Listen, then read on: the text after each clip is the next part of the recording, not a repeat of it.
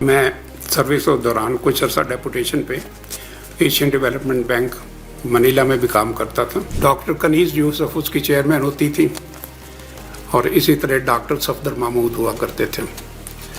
تو میں نے ان دونوں سے پوچھا کہ ہسٹری کمیشن جو ہے کیا کوئی اس قسم کا آبجیکٹو ریکارڈ ہماری ہسٹری کا رکھ رہا ہے. 20 نومبر کو جب ہم سول سروس اکیڈمی پہنچے تو مارشل لا نافذ ہوئے 2 مہینے ہوئے تھے. اور آج کا دن ایک اور حوالے سے بھی بہت اہم ہے. مفتی صاحب نے اپنی اس کتاب میں جو میرے پاس موجود ہے اس وقت اور دیگر کتابوں میں بھی مشرقی پاکستان، مرحوم مشرقی پاکستان کا ذکر کیا ہے. اور آج بین الاقوامی طور پہ جو قومی زبانوں کو دن منایا جا رہا ہے وہ بھی بنگالی کی جو حادثات ہوئے تھے 1951 میں اس کی یاد میں منایا جا رہا ہے. مفتی صاحب سے کا تعارف کرانا میرے لیے ممکن نہیں ہے کیونکہ آپ اپنا تعارف ہوا بہار کی ہے، تو ہم سب مفتی صاحب سے واقف ہیں. ابھی ان کی تازہ کتاب میں نے کوشش کی کہ آپ حضرات کے لیے اس کی اور متعدد نسخے جو ہیں وہ کہیں سے حاصل کر سکوں، لیکن ابھی تک یہ بازار میں آئی نہیں ہے. اب آ گئی ہے جی، لیکن لیٹ آئی ہے. اچھا، کل میں کل گیا تھا تو کل مجھے نہیں ملی. اچھا جی ہاں. تو بس اس کتاب کا جو انتصاب ہے وہ میں آپ کو پڑھ کے سنانا چاہتا ہوں تعارف کی جگہ، کیوں مفتی صاحب کو تعارف ویسے کرانا تو ممکن نہیں ہے. اس مرحوم بیوروکریسی کے نام جس نے قائد اعظم کے پاکستان کو پہلے 11 برس میں آسمان پر پہنچا دیا اور جسے انقلابی رہبروں نے اگلے 13.5 سال میں ہلاک کر دیا. تاریخ پیدائش 14 اگست 1947، تاریخ وفات 21 اپریل 1972. تو مجھ جیسے لوگ جو 1972 کے بعد نوکری میں آئے وہ ایک مردہ خانے میں میرے خیال سے آئے ہیں کیونکہ تاریخ وفات ہو چکی تھی. ایک کتاب کے جو روح ہے میرے خیال سے ایک چھوٹا سا اقتباس میں آپ سامنے پیش کرتا ہوں. اور یہ جس دن مفتی صاحب کا سول سروس اکیڈمی میں پہلا دن تھا اس دن کے بارے میں ہے، جب جوفری برجس جو آخری غیر ملکی اور انگریز ڈائریکٹر تھے سول سروس اکیڈمی کے، کیوں اس وقت تک غیر ملکی جو افسران تھے وہ اکیڈمی کے سربراہ تھے. اکیڈمی میں ہمارا پہلا دن، اس دن کی پہلی کلاس. مسٹر برجس بڑے دھیمے انداز میں کمرے میں داخل ہوئے، کلاس کا سامنا کر کے کڑی نظر سے ہر چہرے کو پڑھا اور صاف ستھرے شائستہ لہجے میں ایک فقرہ بول کے خاموش ہو گئے. حضرات، میں آپ کو اس اکیڈمی میں خوش آمدید کہتا ہوں، مگر مجھے آپ کے ملک کے متعلق ایک تشویش لاحق ہو گئی ہے. اب وہ خاموش، ہم سب حیران، بلکہ دم بخود کہ یہ کس قسم کا سواگت ہے. لمحہ بھر کے لیے میں نے سوچا کہ شاید وہ مارشل لاء کی طرف اشارہ کر رہے ہیں، مگر میرا خیال غلط نکلا. انہوں نے دوبارہ بات شروع کی. آپ سب کی تعداد 23 ہے. آپ سب کے قوائف میں دیکھ رہا تھا کہ آپ میں سے 18 افراد پچھلے 2 برس میں کسی نہ کسی کالج یا یونیورسٹی میں پڑھا رہے تھے اور ساتھ ہی مقابلے کے امتحان کی تیاری بھی کر رہے تھے. اس کا مطلب یہ ہے کہ آپ اس دوران آپ اور دیگر اساتذہ جنہوں نے امتحان تو دیا مگر یہاں تک نہیں پہنچ سکے، اپنا تدریسی فرض پوری یکسوئی سے ادا نہیں کر رہے تھے. میں یہ بھی جانتا ہوں کہ یہ سلسلہ سال بہ سال جاری ہے اور جاری رہے گا.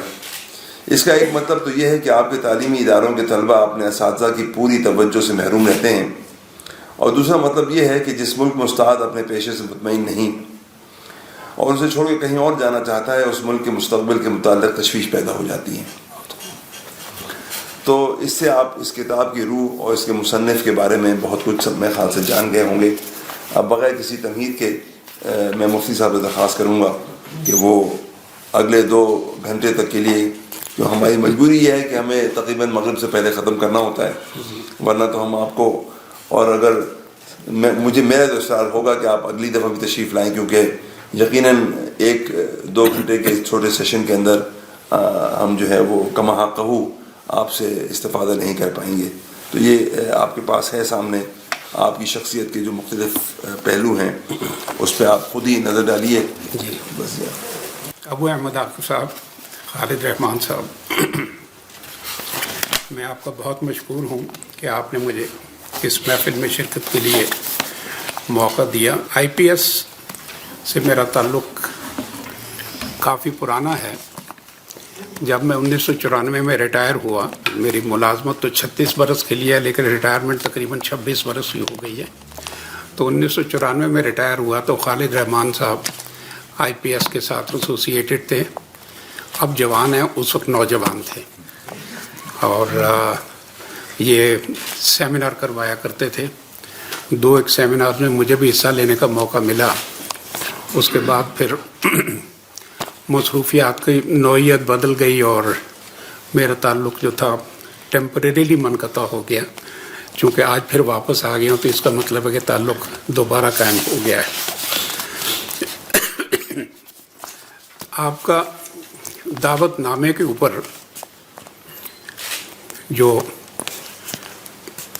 तारुफ था उसमें ओरल हिस्ट्री के प्रोजेक्ट का नाम सुन के मुझे बड़ी खुशी हुई।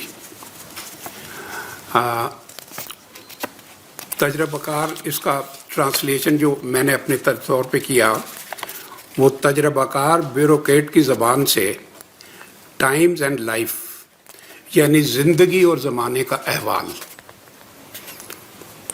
अब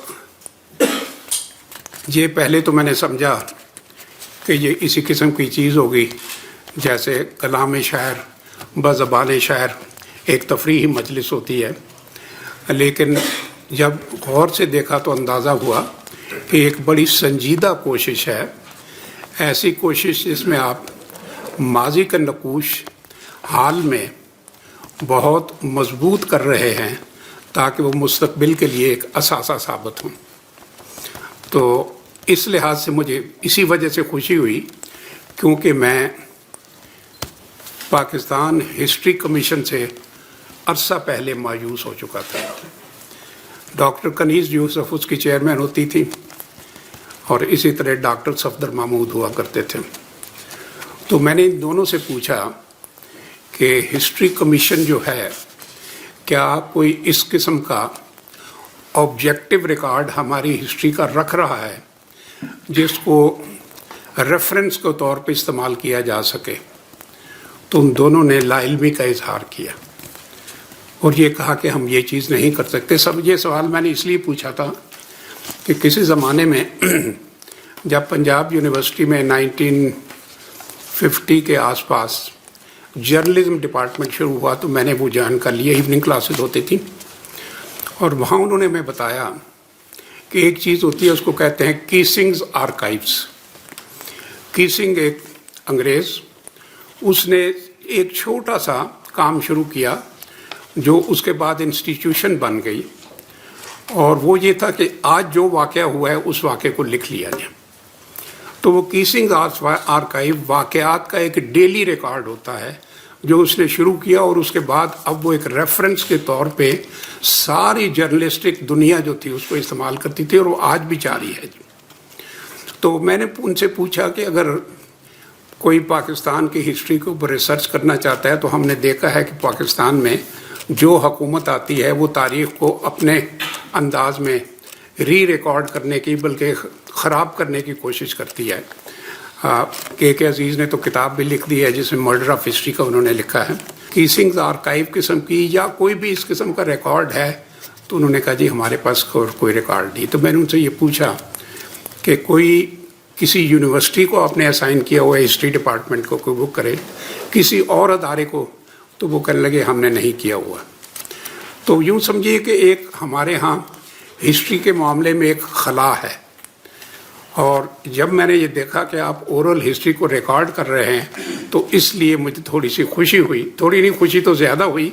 अब काम कितना होता है ये उसकी तनासब से खुशी होगी।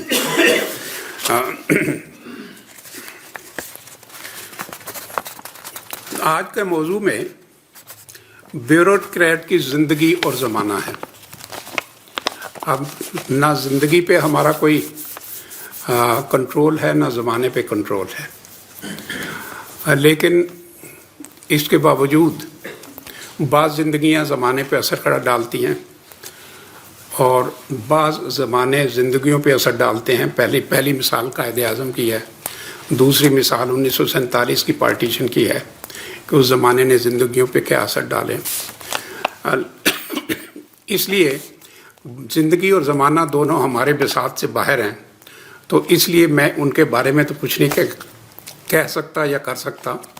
सिर्फ ये होता है कि जब ये असरअंदाज हो रहे होते हैं तो बाज़ लोग उनको ज़्यादा करीब से देखते हैं और बाज़ दूर से देखते हैं, बाज़ हाज़िर वक्त में देखते हैं, बाज़ लेट वक्त में देखते हैं। तो ये कर सकता है आदमी के उस ज़माने को और अपनी ज़िंदगी के बारे में जो कुछ हमने देखा वो आपकी खिदमत में हम आज कर दूँ, और यही आज मेरा मकसद है। पहले ये बता दूं कि मैंने ऐसा क्या देखा जो आपने नहीं देखा।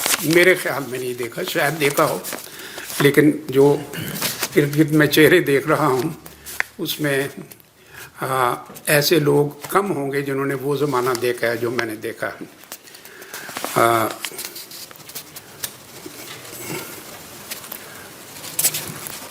एक जुमले में मैं ये अर्ज कर देता हूँ कि मैंने ब्यूरोक्रेसी को हीरो से ज़ीरो बनते हुए देखा है, और ग्रामीण कदर कहलाते भी देखा है, और गालियाँ खाते भी देखा है। और ये चीज़ ऐसी है जो शायद आप लोगों में से कम ने देखी हो, और मेरा आज का मौजू यही होगा कि ये सब कैसे हुआ, क्यों हुआ, और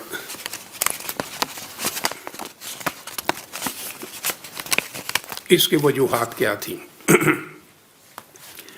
जब ये ब्यूरोक्रेसी वाले लोग ग्रामीण कदर कहलाते थे तो उस वक्त अख्तर हमीद खान, शुएब सुल्तान, इन जैसे लोगों को आलमी पजीराई मिली।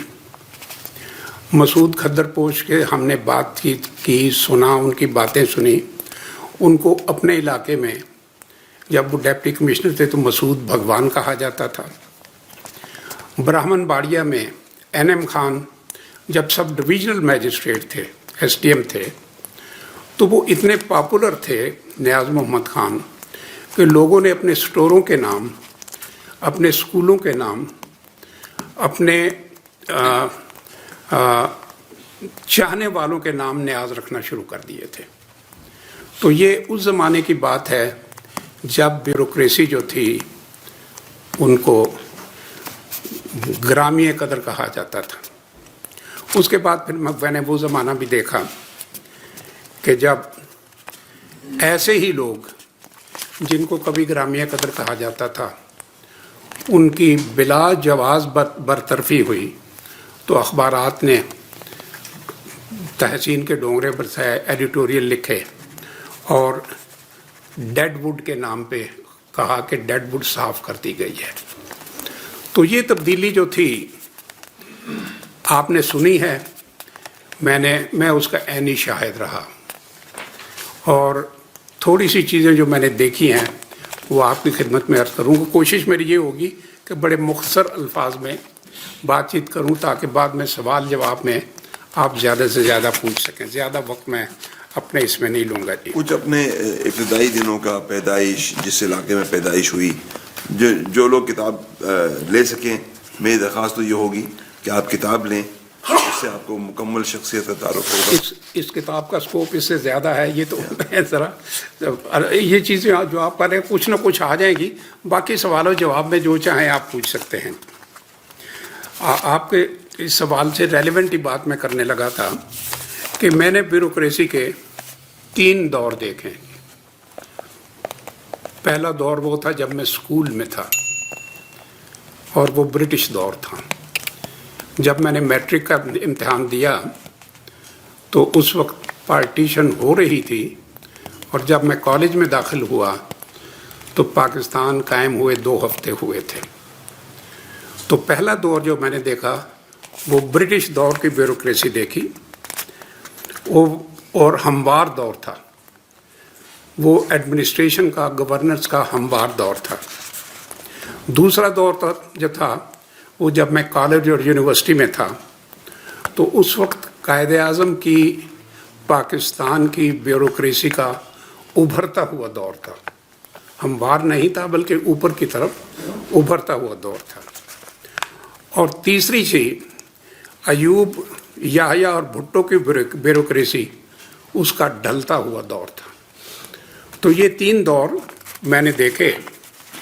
पहला दौर जो था उसमें दौरे ग़ुलामी का हुस्न इंतज़ाम, मैं लफ्ज़ हुस्न इंतज़ाम इस्तेमाल कर रहा हूँ, विच मीन्स गुड गवर्नेंस, क्योंकि उसमें अमन व अमान होता था, इंसाफ होता था, क्वालिटी एजुकेशन होती थी, रोज़गार होता था। या यूँ समझिए कि जो 1971 में हमें वादा किया गया वो रोटी कपड़ा मकान, वो उस वक्त हर तरफ मुयस्सर था। दूसरा दौर कायद-ए-आज़म की क़यादत में पाकिस्तान की मेहनती और मुखलिस ब्यूरोक्रेसी देखी, जिनकी इंतज़ामी मोजज़ों की वजह से पाकिस्तान ने हैरत अंगेज़ तरक्की की। बल्कि मैं तो ये कहूँगा कि वो पाकिस्तान का सुनहरी ज़माना था, और मुझे यूँ लगता है कि आप में से ज़्यादा ने वो सुनहरी ज़माना नहीं देखा, बाज़ ने ज़रूर देखा होगा। उसकी तफसील आउटलाइन मैं थोड़ी सी आपको दूंगा, जो इस किताब में कहीं कहीं है। अगर आप इजाज़त दें तो मैं उसकी चंद इक़्तिबासात पेश करता हूँ।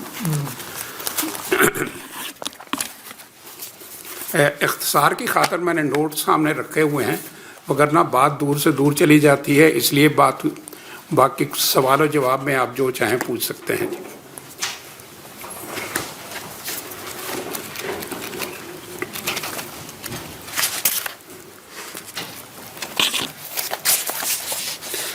एस अकबर ज़ैदी हैं, एक इकोनॉमिस्ट हैं।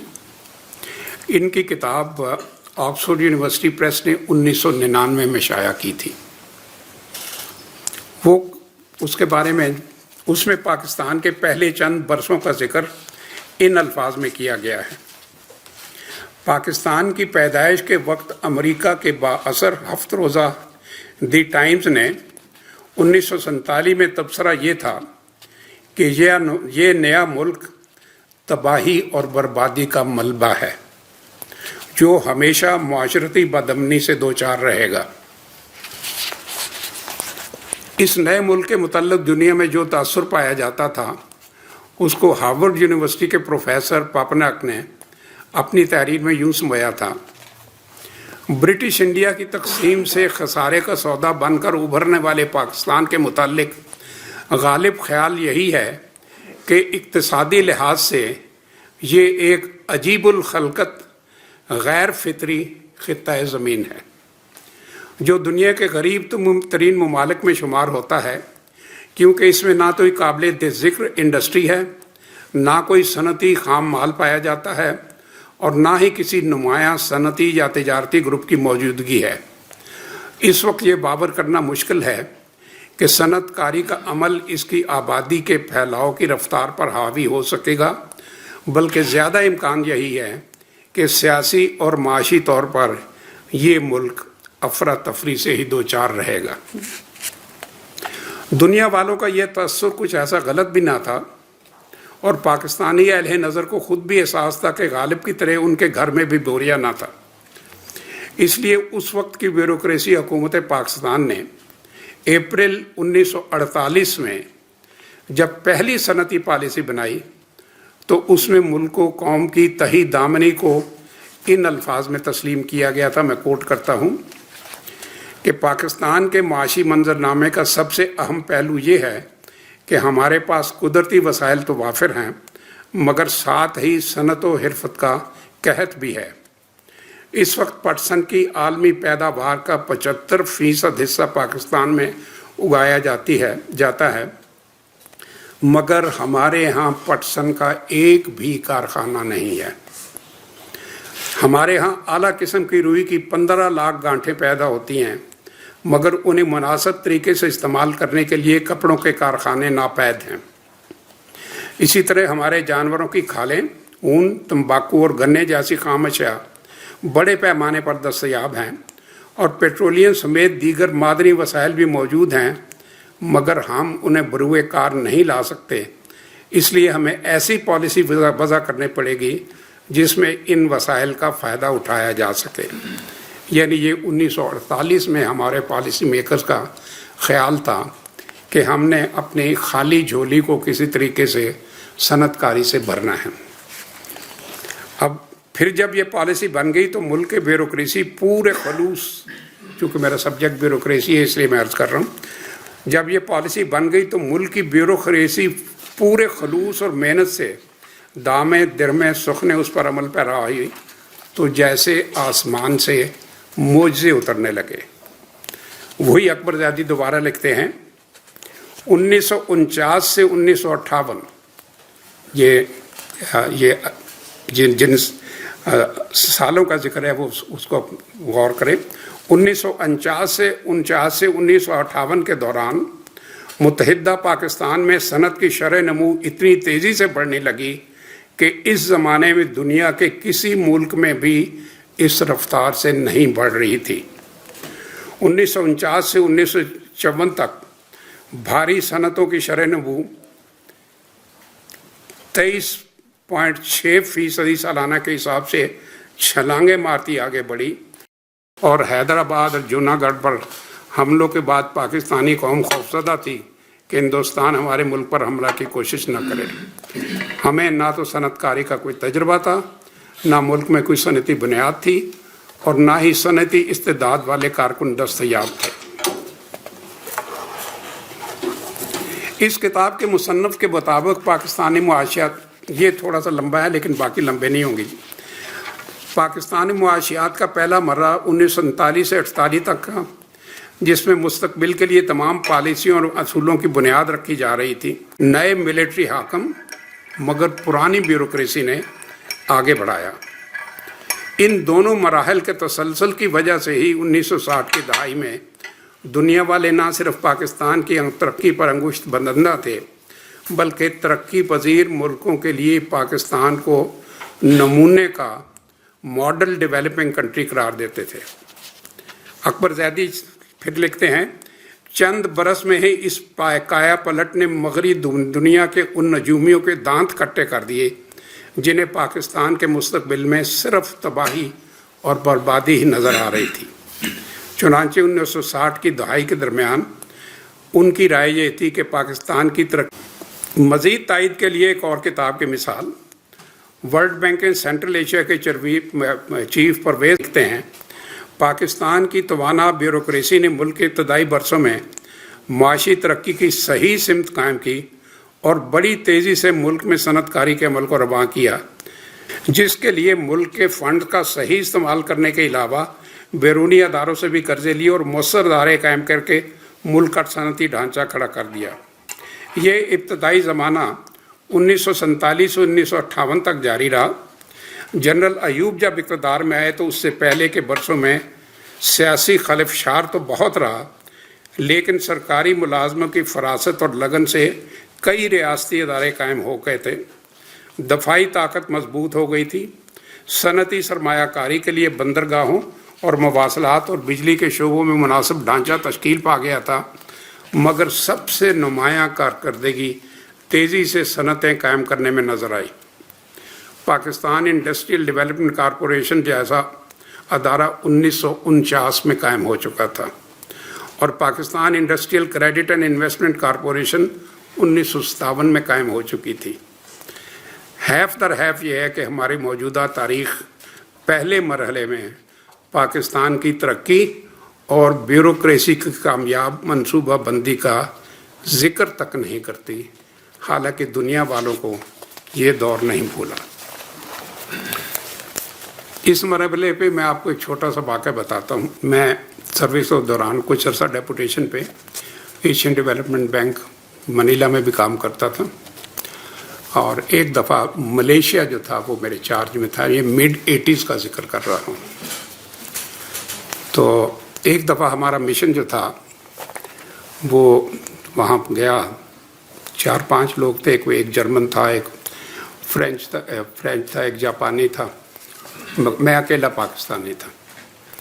तो उनका जो प्लानिंग का हेड था उसके साथ हमारी मीटिंग हो रही थी। मीटिंग जब ख़त्म हुई और हम बाहर निकलने लगे तो उसने मुझे इशारा किया कि अब ज़रा रुक जाओ। मैं रुक गया तो मुझे कहते हैं कि like to have another cup of tea. तो मैं समझा कि कोई बात करना चाहता है, तो मैंने हामी भर ली, चाय मंगवाई और उसने उठ के दरवाजे को अंदर से बोल्ट कर दिया और फिर कहने लगा for God sake tell me what has gone wrong with Pakistan. ये मैं मिड 80s की बात कर रहा हूँ, जनरल ज़िया का दौर था। तो खैर उसके बाद गुफ्तगू शुरू हो गई तो मैंने उसको बताया कि हमारे यहाँ फ्यूडलिज्म और मार्शल लॉ और इस किस्म की चीज़ें बातचीत होती रही। तो मैंने उससे पूछा कि आप मुझे ये बताइए कि आपको न सिर्फ दिलचस्पी है पाकिस्तान से, बल्कि आपका नॉलेज बिल्कुल अपडेट है और आपका ये सवाल जो है ये भी बताता है कि आप हमें फॉलो कर रहे हैं। तो वो कहने लगा कि आप हमारी ये प्लानिंग की सारी बिल्डिंग में चक्कर लगा लें, जितने टॉप पे लोग बैठे हुए हैं हम सबको 1951-52 में पाकिस्तान प्लानिंग कमीशन ने ट्रेन किया था। आपसे ट्रेनिंग लेके हम अपने मुल्क को कहाँ ले गए। और उसने बाहर जो इशारा किया खिड़की के बाहर, तो उस वक्त कुआलालंपुर की स्काई लाइन चेंज हो रही थी हाई राइज बिल्डिंग में। कहने लगी हम अपने मुल्क को यहाँ ले हैं और आप क्यों इतने नीचे चले गए। तो ये वो जो बातें हैं जो आजकल के लोगों को पता नहीं, इसलिए मैंने सोचा कि मैं अपना मौजू जो है वो यहीं बनाऊंगा। ये मुफ्ती साहब बड़ी इम्पोर्टेंट बात है जी। आगे चलेंगे जब बात नहीं आई है तो फॉल्ट कहाँ लाई कर रही थी जी, फॉल्ट उस वक्त कहाँ लाई कर रही थी। इसके लिए किताब पढ़ी है आप? नहीं फौज का देखिए मैं इस वक्त फॉल्ट उस वक्त कहाँ मौजूद थी। फॉल्ट फॉल्ट उस वक्त कहाँ मौजूद थी। उन्होंने कहा कि आप पहले फॉल्ट कहाँ मौजूद था, मैं अर्ज करूंगा जी, अभी वही अर्ज करूंगा। चूंकि मैंने तो सिर्फ ब्यूरोक्रेसी के ऊपर फोकस किया है। उसी की बात है जी। एक और मिसाल छोटी सी दे दूं जी कि उस ब्यूरोक्रेसी का उस सुनहरी दौर, उसको मैं सुनहरी दौर कहता हूँ पाकिस्तान का, क्योंकि उसके बाद वैसा ज़माना नहीं आया। उस सुनहरी दौर की इन सब का हासिल जमा उस सुनहरी दौर की गुड गवर्नेंस थी, जो दरअसल अंग्रेज़ी दौर के हुस्न इंतज़ाम का ही तसलसल था। चुनांचे उन दिनों जो गरजमंद भी मुतल्लिका दफ्तर से रब्ता कर लेता, उसकी दाद रसी बग़ैर सिफारिश या ताल्लुकात के हो जाती। मुलाजमत के ख्वाहिशमंद सीधे एम्प्लॉयमेंट एक्सचेंज चले जाते थे और अपनी तालीमी इस्तेदाद के मुताबिक खड़े खड़े 2-4 ऐसे दफातर में इंटरव्यू के परवाने हासिल कर लेते थे जहां असामियां खाली होती थी। इसलिए बेरोज़गार लोगों को तलाश माश के लिए किसी सियासी वसीले या सरकारी दलाल की ज़रूरत न थी।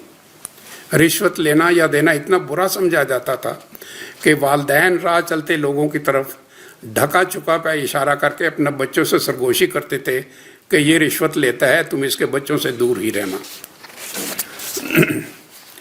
एक लम्हे की और होती जी। मैं उस वक्त प्राइमरी स्कूल में पढ़ता हूँ, ये स्कूल जाने वाला हूँ। मैंने वहाँ पर लोकल गवर्नमेंट के इलेक्शन किए थे। वो गरीब लोगों के घर गंदम दे के 5 रुपये में गंदम थी, वो वहाँ वोट दे देते थे। क्या वो करप्शन नहीं थी? गंदम कौन देता था? यही जो इलेक्शन लड़ते थे। नहीं वो तो ठीक है, लेकिन वो तो कॉन्टेक्स्ट पे दूसरी हो जाएगी ना जी। नहीं मैं थोड़ी सी बात, मेरी करप्शन रूट्स में मौजूद थी, जहनों में मौजूद थी। अच्छा, उसके ऊपर एक और सेशन हो सकता है जी। करप्शन नहीं थी जी उस वक्त, सिवाय पटवारी के और 5% PWD के, बस इसके अलावा और कोई करप्शन नहीं थी जी। वो आप ज़माना देखिए ना जी, मैं जिस साल ज़माने की बात कर रहा हूँ। हाँ सही है। पाकिस्तान रेलवे ने तो अंग्रेज़ के तामीर करदा पुराने घर को नया रूप दिया था, मगर दीगर कई इदारों ने क़याम पाकिस्तान के बाद जन्म लिया और देखते ही देखते कौमी और बैनुल अक़वामी उफ़क़ पर अपना नाम पैदा कर लिया। 3 डकोटा तैयारों पर मुश्तमिल ओरिएंट एयरवेज़ को जब पाकिस्तान एयरलाइंस बनाकर उसमें नई रूह फूंकी गई तो पहले तो PIA के नाम का डंका बजा, फिर ये एमिरेट्स एयरलाइन और माल्टा एयरलाइन की दीगर हवाई ममालिक के हवाई कंपनियां बनाने में मदद और तरबियत देने लगी। क्या में पाकिस्तान से पहले वाहिद मुसलमान बैंक ऑस्ट्रेलेशिया बैंक से कायदे आज़म ने तावन शुरू कर दिया था। नया वतन मिला तो उस बैंक ने बैंकारी के शोबे में ऐसी रहनुमाई की कि थोड़े ही अरसे में न सिर्फ कई बैंक जगमगा उठे, बल्कि हमारे बैंकारों के लिए दूसरे ममालिक से भी दरख्वास्तें आने लगी।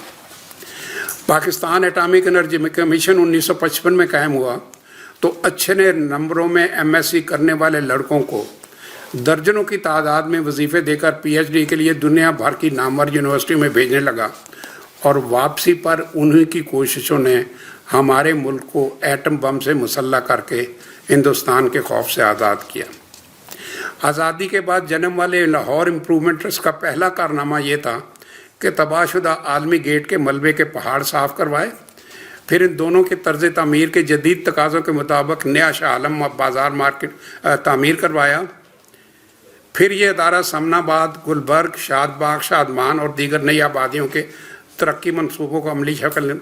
इसी तरह थल डेवलपमेंट अथॉरिटी कायम हुई तो थोड़े ही अरसे में थल के तपते सा राहों में गुलजार इब्राहिम की तरह एक नया शहर जौहराबाद है। ये उस ब्यूरोक्रेसी का जिक्र है जिसने कायदे आज़म की क़यादत में पहले 10 बरस में इस मुल्क को सुनहरी दौर दिया था। इतना सुनहरी दौर कि उसकी चमक भी आज तक हमारे पास नहीं पहुंच सकती। एक चीज़ की वजाहत सबसे चली जाइए, कायदे आज़म के दौर में मुल्क को न्यूक्लियराई बनाने का ये थिंकिंग शुरू हो चुकी थी। मुल्क को न्यूक्लियर पावर बनाने के लिए न्यूक्लियर पावर नहीं जी, ये भुट्टो का कारण है। नहीं, भुट्टो का नहीं था जी। जब एटॉमिक एनर्जी कमीशन कायम हुआ, 55 की बात कर रहा है। हाँ, 55 की बात कर रहा हूँ। तो मैं एक ब्यूरोक्रेट को जानता हूँ जो सदी की, जी हाँ, और वो कहते थे कि न्यूक्लियर बम का उन्होंने खुद फार्मूला इवॉल्व किया था, लेकिन वो CST हो गए, लिहाजा उधर न जा सके, वरना वो कहीं और। ये जो एटॉमिक एनर्जी पहले चेयरमैन थे जो फिजिक्स के थे ना, प्रोफेसर। नहीं, मैं डॉक्टर तारफी की बात कर रहा हूँ, उन्होंने मुझे ये बात बताई। अच्छा जी, चलिए, ये आप हमारे इल्म में इजाफा कर रहे हैं, अच्छी बात है।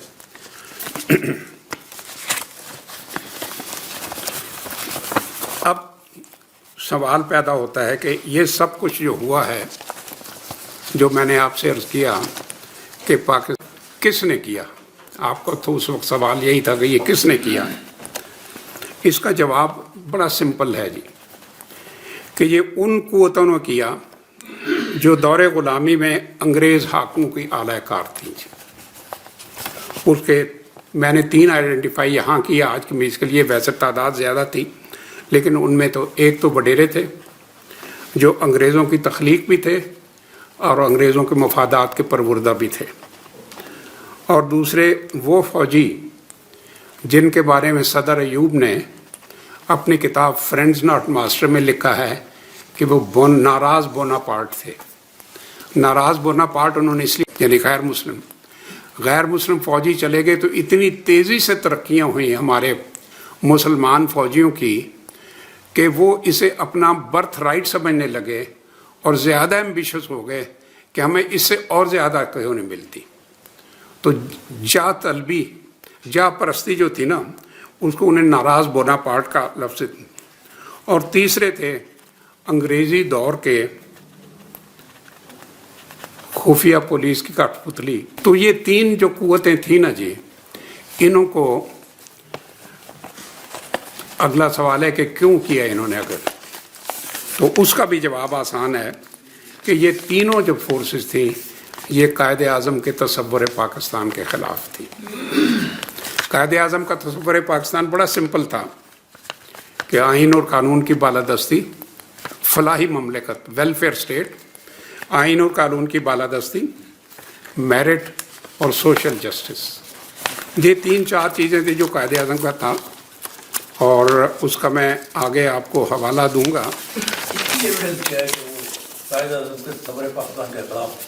یہ تینوں جو میں نے قوتیں بتائی ہیں جی سخت خلاف تھے قائد اعظم کے تصور کے. خالی خلاف نہیں تھے جی، سخت سخت خلاف تھے. اور اسی لیے ان میں سے ایک نے 1958 میں پاکستان کو اغوا کر لیا، دوسرے وڈیرے ان کے ساتھ مل گئے اور پھر مولوی بھی ساتھ مل گئے، تو ایک اتحاد ثلاثہ ہوا. تو قائد اعظم کا پاکستان جو تھا اس کی عمر صرف 11 برس تھی. اس کے بعد آپ پاکستان جو تھا وہ قائد اعظم کا نہیں رہا، بلکہ اس اتحاد ثلاثہ نے اغوا کیا اور آج تک ان کا یرغمال بنا ہوا ہے. تو جو بیوروکریسی جو ہے وہ اس منظر نامے میں سے گزری ہے. اور تیسرا سوال آ جاتا ہے کہ یہ کیسے کیا. اس کا بڑا سمپل انہوں نے کیا کہ انہوں نے کہا کہ جس کو ہم نے اغوا کیا ہے اس کا کہیں ذکر تک نہ ہو، مغوی کے بارے میں لوگوں کو کوئی اندازہ نہ ہو کہ جو چیز کو اغوا کیا ہے وہ کس قسم کا تھا، حلیہ کیا تھا، شکل و صورت اچھی تھی بری تھی، جیسے بھی تھا. تو مغوی کا کوئی ذکر نہ کیا جائے. تو اس لیے آپ کی تاریخ میں پہلے 11 برس کا کوئی ذکر نہیں ہے. یہ ابھی جو میں نے فیکٹس اینڈ فگرز آپ کو پڑھ کے سنائے ہیں یہ مجھے کسی کتاب میں نظر نہیں آتے، یہ مختلف کتابوں سے اکٹھے کیے گئے ہیں. یہ میں نے آپ سے سن رہا ہوں، آپ کی کتاب میں دیکھا کہ کے ایم چیمہ نے اس کا ذکر کیا. ایک کے ایم چیمہ نے کیا کیا جی؟ کہا تھا پہلے 11 سال میں کہیں کرپشن نظر نہیں آتا. نہیں، وہ جو میں تو کہتا ہوں اس بیوروکریسی نے جو کچھ دیکھا ہے وہ ان سب کو پتہ ہے جی. جی کہنے والے بہت ہیں جی، فرق یہ ہے کہ کوئی زیر لب کہتے ہیں، کوئی بآواز بلند کہتے ہیں، کوئی نہ کہنے میں عافیت سمجھتے ہیں. تو محسوس سب کرتے ہیں اور اس کے عینی شاہد سارے ہیں جی. تو میں تو اس بیوروکریسی کی اس دور کی بات کر رہا ہوں جس میں سے گزرا جی. تو اس لیے کیسے کا یہ تھا کہ 11 برس میں جو جس کو انہوں نے اغوا کر لیا اس کا ذکر نہ ہو، اور اس زمانے کی بیوروکریسی کو ہیرو کی بجائے ولن مشہور کر دیا جائے. اور ولن مشہور کرنے کے بعد ہر روز یہ کہ ہم نوآبادی دور کے زمانے کے اصلاحات دراصل پتھر تھے جن سے ان کو سنسار کیا جا رہا تھا. اصلاحات یہ تھی کہ یہ وہ رول نہ ادا کریں جو رول قائد اعظم نے، جس کا میں ابھی ذکر کروں گا، ان کو دیا تھا، بلکہ وہ رول ادا کریں جس میں ہمارے مفادات جو ہیں وہ چلتے رہیں. میں بڑا کریزی ہو رہا ہوں، سوری. ایک بات اور ذہن میں آتی ہے، جس کانسپریسی کی آپ ذکر کر رہے ہیں یہ ٹرائکولا ٹائپ کانسپریسی ہوتی ہے. نہیں جی، کانسپریسی نہیں تھی جی، ایٹیچیوڈ سے جی. ایٹیٹیوڈ سے اس کی ڈیفینیشن نہیں، کانسپریسی بالکل نہیں تھی. کانسپریسی اگر تھی تو چند لوگوں کے ذہن میں تھی یا چند گروپوں کے ذہن میں تھی. وہ کانسپریسی کی شکل میں نہیں تھے، ایٹیچیوڈ تھے کہ جب وہ قائد اعظم کی تقاریر سنتے تھے تو وہ ناراض ہوتے تھے کہ یہ کیا باتیں کریں، یہ کس طرف ملک کو لے جا رہے ہیں، اس طرح تو ہمارے مفادات پہ اثر پڑے گا. کانسپریسی کا ذکر اس وقت آئے گا جب راول پنڈی کانسپریسی کیس کا ذکر ہوگا. وہ پراپر کانسپریسی ہے، اس کا میں ابھی ذکر کروں گا جی. تو اس کے بعد 1958 آ گیا. 20 نومبر کو جب ہم سول سروس اکیڈمی پہنچے تو مارشل لا نافذ ہوئے 2 مہینے ہوئے تھے.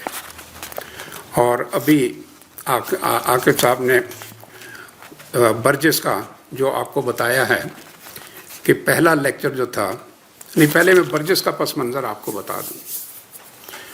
قصہ یہ تھا کہ جب پاکستان بنا تو سارے آئی سی ایس آفیسر جو تھے ان کو آپشن دی گئی تھی کہ آپ رہنا چاہتے ہیں، جانا چاہتے ہیں، لیکن انہوں نے سب نے کہا ہم جانا چاہتے ہیں.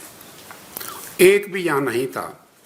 قائد اعظم جب آئے تو اس وقت ہمارے غیر مسلم جا چکے تھے، تو انہوں نے دیکھا کہ ٹوٹل ویکیوم ہے तो कायदे आज़म ने चौधरी मोहम्मद अली को सेक्रेटरी जनरल मुकर्रर किया और उनसे कहा गया कि आप इंग्लिस्तान चले जाएं और सेंसिटिव जगहों के लिए जहां हमें ज़रूरत है कि हमने अपनी ब्यूरोक्रेसी को और अपने मुल्क को बनाना है, आप लोगों को कॉन्ट्रैक्ट के ऊपर लाएं। चुनांचे पुराने ICS ऑफिसर जो थे, और चूंकि आखिरी बरस था तो इसलिए हमसे वो बड़ी खुल के बातें किया करते थे और वो कहते थे कि मैं आप चला जाऊंगा, लेकिन मैं चाहता हूं कि जो मेरे तजुर्बे हैं वो मैं आप तक करूंगी। तो बरजस साहब ने जो तकरीर की उसका पहला हिस्सा तो इन्होंने पढ़ कर आपको बता दिया। तो उन्होंने कहा कि we want to make a man out of you. पता नहीं किस किस्म का मैन वो बनाना चाहते थे, लेकिन वहाँ ये हो कि आपस में लड़ाइयाँ शुरू हो गई। सो मच सो कि एक जो ऑफिसर थे उनके ऊपर म्यूटनी का चार्ज बन गया कि ये बगावत है, और इतने झगड़े हुए कि वो जो प्रोग्राम था वो वक्त से पहले ख़त्म कर दिया गया और उसके बाद हमेशा के लिए बंधन कर दिया गया। अब आपके सवाल की तरफ आता हूँ कि ये क्यों हो रहा है। एक चीज़ और है कि उसके बाद जब इंग्लिस्तान जाना बंद हो गया, मशरक़ी पाकिस्तान में जो 4 महीने जाते थे वो भी बंद कर दिए इन्होंने। आपका सवाल था कि ये क्यों ऐसे कर रहे थे। उसका बड़ा सिंपल है जी, कि ये ब्यूरोक्रेसी का चेहरा वही रखना चाहते थे, जिस्म वही रखना चाहते थे, किरदार बदलना चाहते थे, सोच बदलना चाहते थे। वेलफेयर स्टेट वाली सोच नहीं होगी, बल्कि जो हुकूमत वक्त है उसकी खिदमत की सोच होगी। जो मैंने शुरू में अर्ज़ किया था ना कि वो जो 3 क़ुव्वतें थीं जो कायदे आज़म के तसव्वुर पाकिस्तान के ख़िलाफ़ थी, वो ख़िलाफ़ मुखालफत ही यही थी कि वो वेलफेयर स्टेट नहीं चाहते थे, बल्कि वो चाहते थे कि हमारे अपने मफादात जो हैं वो आगे बढ़ते रहें। और कायदे आज़म ने ब्यूरोक्रेसी को इस तरह ट्रेन किया था कि आपने किसी की परवाह नहीं करनी, आपने कानून के मुताबिक फ़ैसले देने हैं। इसलिए ब्यूरोक्रेसी उनकी राह में सबसे बड़ी रुकावट थी जब सदर अयूब आए, और ये रीज़न था जिसकी वजह से वो ये कर रहे थे। और उसके लिए इन्होंने 3 तरीके इस्तेमाल किए, एक डिसमिसल का, दूसरा इंडक्शन का, और तीसरा डीमोरलाइजेशन का। अयूब ने कितने 1500 अफसरान को बरतरफ किया तो इल्ज़ाम क्या था, करप्शन और नाअहली, यानी जिन्होंने पाकिस्तान को सुनहरी ज़माने में ले गए थे वो नाअहल थे। तरीक़ेकार बड़ा सिंपल था, कोई चार्जशीट नहीं, कोई डिफेंस नहीं, कोई अपील नहीं। कभी ब्रिटिश दौर में ऐसा नहीं हुआ था कि गवर्नमेंट सर्वेंट को इस तरीके से निकाला जाए। 1960 में नई पॉलिसी वज़ा हुई इंडक्शन की कि सिविल सर्विसेज में, नॉट सिविल सर्विस, ब्यूरोक्रेसी सारी में आर्मी से लोगों को इंडक्ट किया जाएगा और उनके लिए उनको इम्तिहान देने की ज़रूरत नहीं है, पब्लिक सर्विस कमीशन के सामने की ज़रूरत नहीं है, बल्कि सीधे आ जाएंगे। और उसके बाद जब वो आएंगे तो उनको जिस बैच में वो ज्वाइन करेंगे सबसे सीनियर रखा जाएगा, उनको वहाँ की भी तनख्वाह मिलेगी, यहाँ की भी तनख्वाह मिलेगी, और भी कई मुराद थी इस किस्म की। इसलिए यूँ कहिए कि एक ट्रोजन हॉर्स जो था वो ब्यूरोक्रेसी में भेजा जा रहा था। आपका सवाल जो था कि क्यों, ट्रोजन हॉर्स जो है वो उसकी मंशा के मुताबिक चलेगा जिसने उनको यहाँ भेजा है। और उसके बाद आखिरी जो चीज़ थी जो सबसे ज़्यादा, वो डीमोरलाइजेशन थी। उसके लिए सदर अयूब ने फर्दर यूज़फुलनेस रूल्स बनाए। और मज़ेदार बात यह है कि आप कितनी किताबें पढ़ें, इनका बहुत कम जिक्र है। मुझे तो क्योंकि हमने देखा है और मेरी फाइलों में भी पढ़े हुए थे वो कई ज़माने में। फर्दर यूज़फुलनेस रूल ये थे कि जब एक सरकारी मुलाजिम की सर्विस 25 बरस की हो जाएगी तो गवर्नमेंट ये फ़ैसला करेगी, हुकूमत, कि क्या ये हमारे लिए मुफीद है या नहीं, और अगर मुफीद नहीं है तो उसकी छुट्टी हो जाएगी।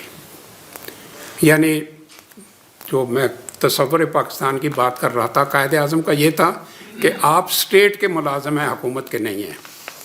लेकिन सदर अयूब के फर्द से रूल्स ने ये बता दिया कि आप हुकूमत के मुलाजिम हैं, आपको हुकूमत के अगर आप मुफीद नहीं है तो स्टेट जाए जहन्नुम में।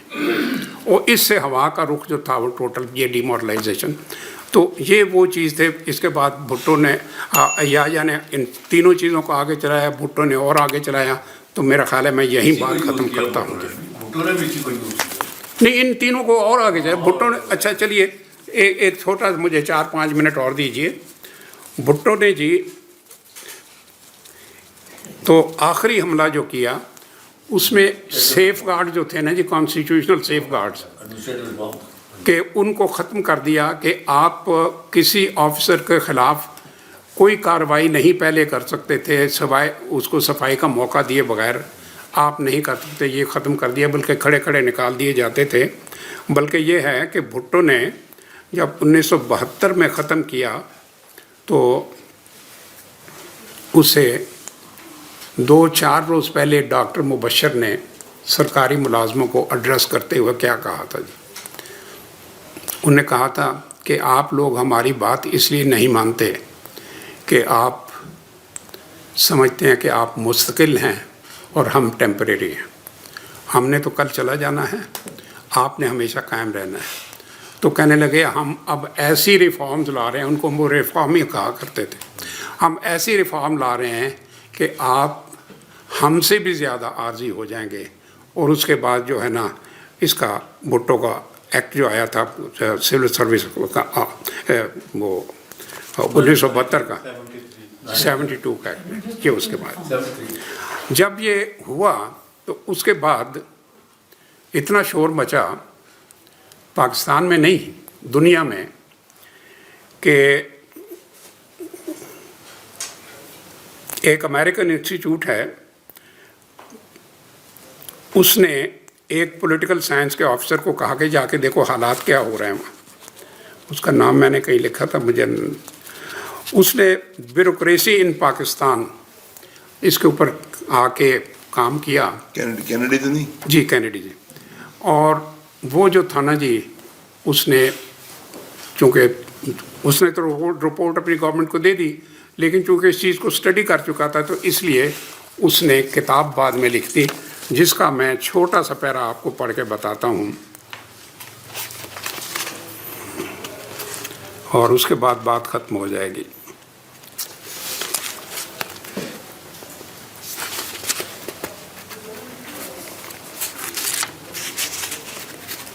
चलिए यहीं से पढ़ देता हूँ। भुट्टो की धमाका खेज इस्लाहात अच्छी गवर्नेंस के बुनियादी असूलों के इस तरह परख से उड़ा रही थी कि एक अमेरिकन अदारे American Institute of Pakistan Studies ने पॉलिटिकल साइंस के एक प्रोफेसर को इसका मुफस्सल जायज़ा लेने पर मामूर किया है।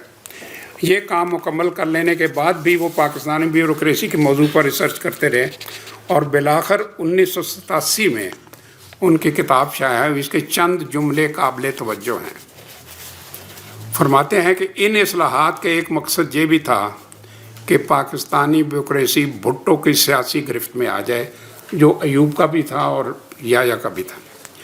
इससे पहले 1972 में भुट्टो ने सरकारी मुलाजमों की बड़े पैमाने पर जो बरतरफियाँ की थी, उनके ज़रिए एक वाज़ेह पैगाम दिया जा चुका था कि पीपल्स पार्टी की हमायत करो वरना कोई और मुलाजमत तलाश करो।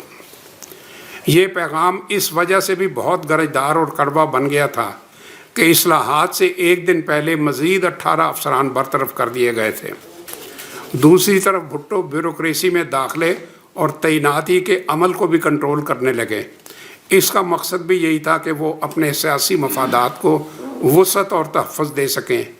इसलिए उन्होंने लैटरल एंट्री की नई स्कीम बना दी और साथ ही पेशा वाराना ग्रुपों के माबैन बामी तवादुर की इजाज़त दे दी।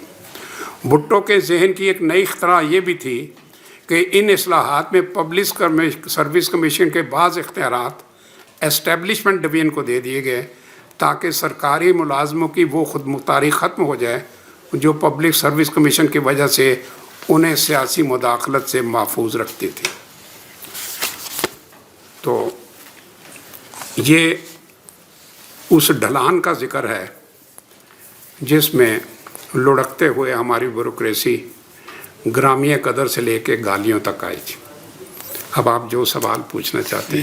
ये एक किससे भी बढ़ के जो पेशरफ हुई है, हमने को देख लिया, हमने यूरोपा को देख लिया, पाकिस्तान की आर्मी को देख लिया।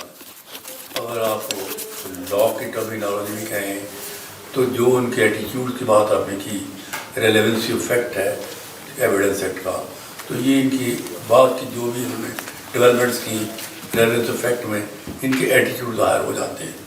ओके, आप इसमें you succeed in your explanation, in your statements, लेकिन इंटरनेशनल इंडस्ट्रियलाइजेशन है, न्यू इंडस्ट्री फिलॉसफी है, नई इकोनॉमिक्स है, वेस्टर्न डेवलपिंग इकोनॉमिक्स है, वो इकोनॉमिक्स और आगे जाती है। अब जो हर चीज़ को उन्होंने कैजुअलाइजेशन में आ गए और अब वो उनको आप अपॉइंटमेंट देंगे, अपॉइंटमेंट बड़ी कैजुअल देंगे, कॉन्ट्रेक्चुअल एम्प्लॉयमेंट में दिया है, सोफिस्टिकेटेड मैनेजमेंट स्टाइल आ गए और सोफिस्टिकेटेड के नाम से उन्होंने उनके कई बेसिक राइट्स खत्म कर दिए। अब वो तो और भी आगे चले जा चुके हैं। ये ठीक है आपकी बात, लेकिन एक बताइए मुझे चीज़ कि इस सारे चेंज के दौरान क्या गुड गवर्नेंस की कॉन्सेप्ट चेंज हुई? जो देखिए, good what is good governance कि state looking after the citizen, नहीं कहीं नहीं जी, नहीं, state looking after the citizen, वो कहीं नहीं। तो हम तो इस वक्त बात गुड गवर्नेंस की कर रहे हैं कि जो ब्यूरोक्रेसी गुड गवर्नेंस के लिए ट्रेन हुई थी उसको चाकरी, हुकूमत की चाकरी पे लगा दिया गया। बात सारी इतनी है जी। गुड को चाहते ही नहीं थे जी, बस यही मैं अर्ज कर रहा हूँ। हाँ जी, हासिल है कि आप सवाल और जवाब पहले करें। जी आप बताइए। Shakir Hussain, national defence university का। जी जी जी सर, कालबेरमाना एक सवाल है आपसे। जी ये तहरीक पाकिस्तान, हम सब तालिब इल्म ऑफ लाइफ हैं भाई।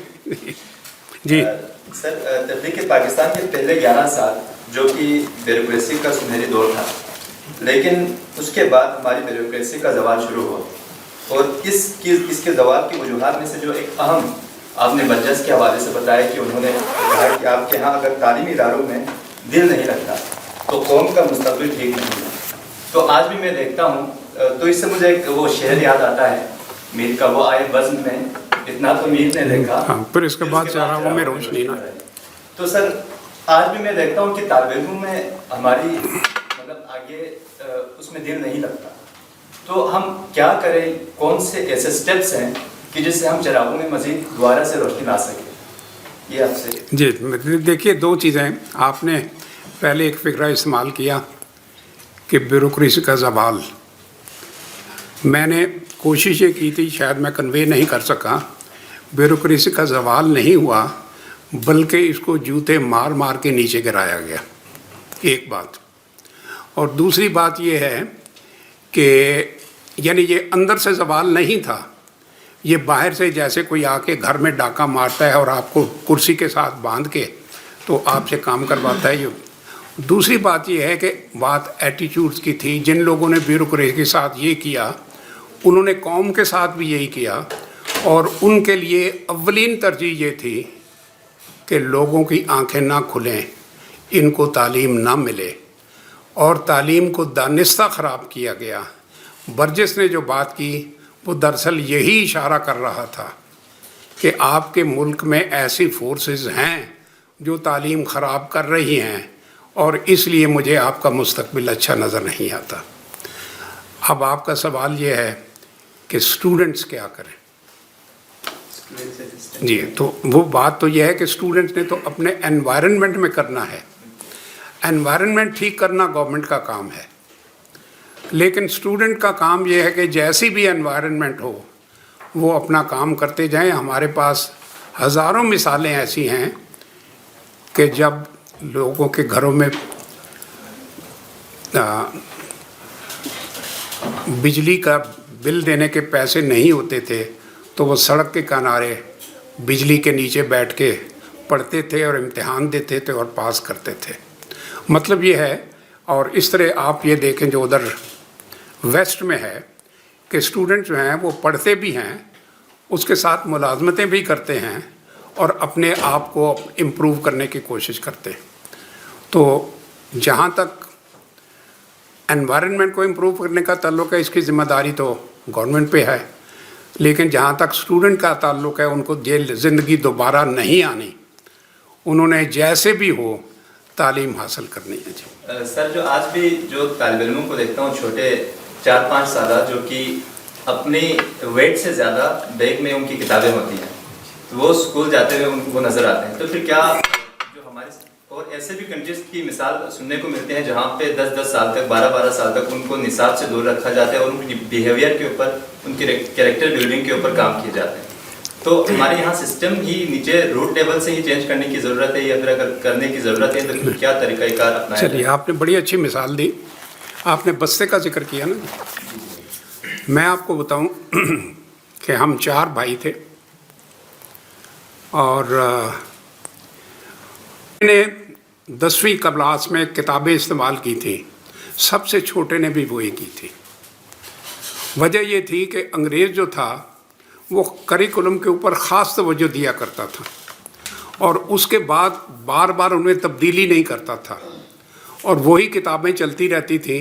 हमारे यहाँ जब करप्शन शुरू हुई तो हर साल किताबें बदलने लग गए, नई किताबें छपने लगी, उन छपने वालों को पैसे बनाने के लिए सब कुछ हुआ।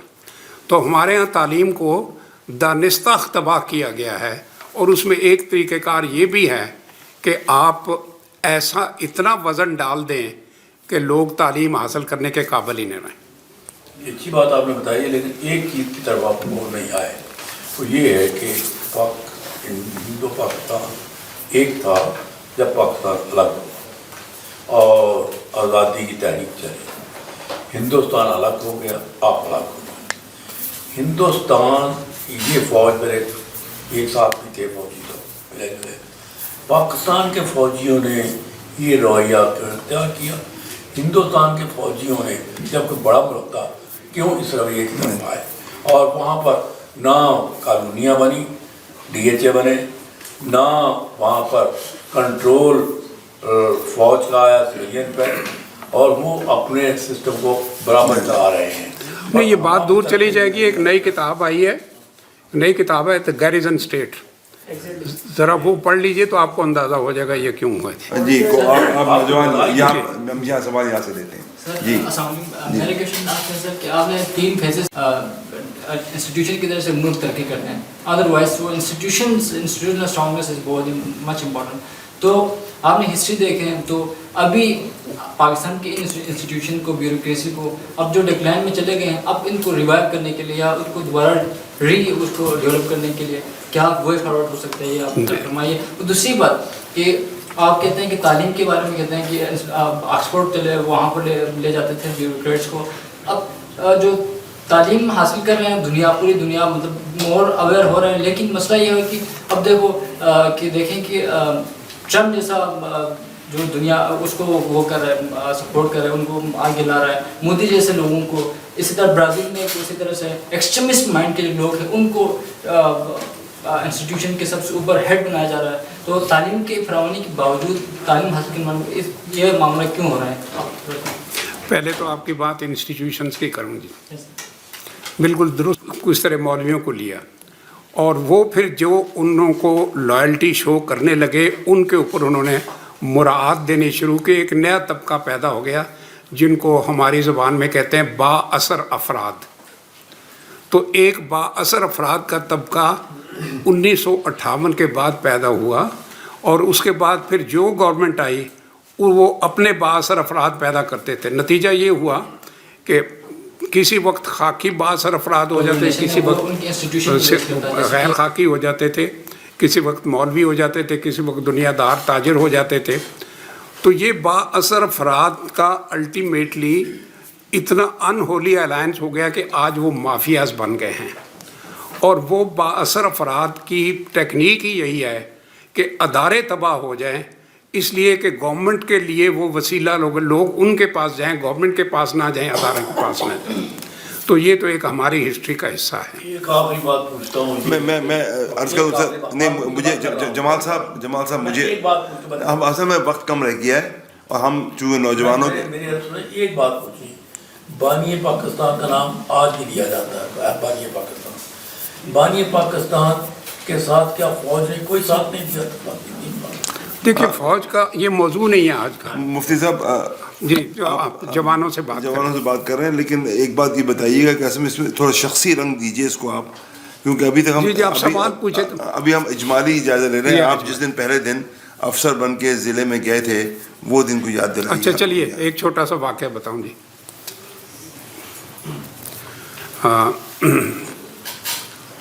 کون سا ضلع تھا یہ بھی بتا دیجیے. نہیں دیکھیے جی، افسر بن کے میں ضلع میں نہیں گیا، اس سے پہلے ہماری اصل پرائمری کلاس سب ڈویژن ہوتی ہے جی. تو سب ڈویژن میں گیا پنڈی گھیپ میں، وہاں راجہ غضنفر علی خان ہوتے تھے جی. یہ اس سے پہلے صدر ایوب نے ایبڈو اور پوڈو کے تحت لوگوں کو سزائیں دی تھیں، اور پھر جو لوگ چینج اوور کر گئے تھے، کراس اوور کر گئے تھے، تو راجہ غضنفر علی خان ان میں سے ایک تھے جی. اور اس لیے ان کو روس میں سفیر بنا دیا گیا تھا. لیکن وہ چیئرمین تھے ٹاؤن کمیٹی کے، انہوں نے وہاں سے استعفیٰ نہیں دیا تھا، بلکہ ٹاؤن کمیٹی ان کے مفادات کا خیال رکھتی تھی.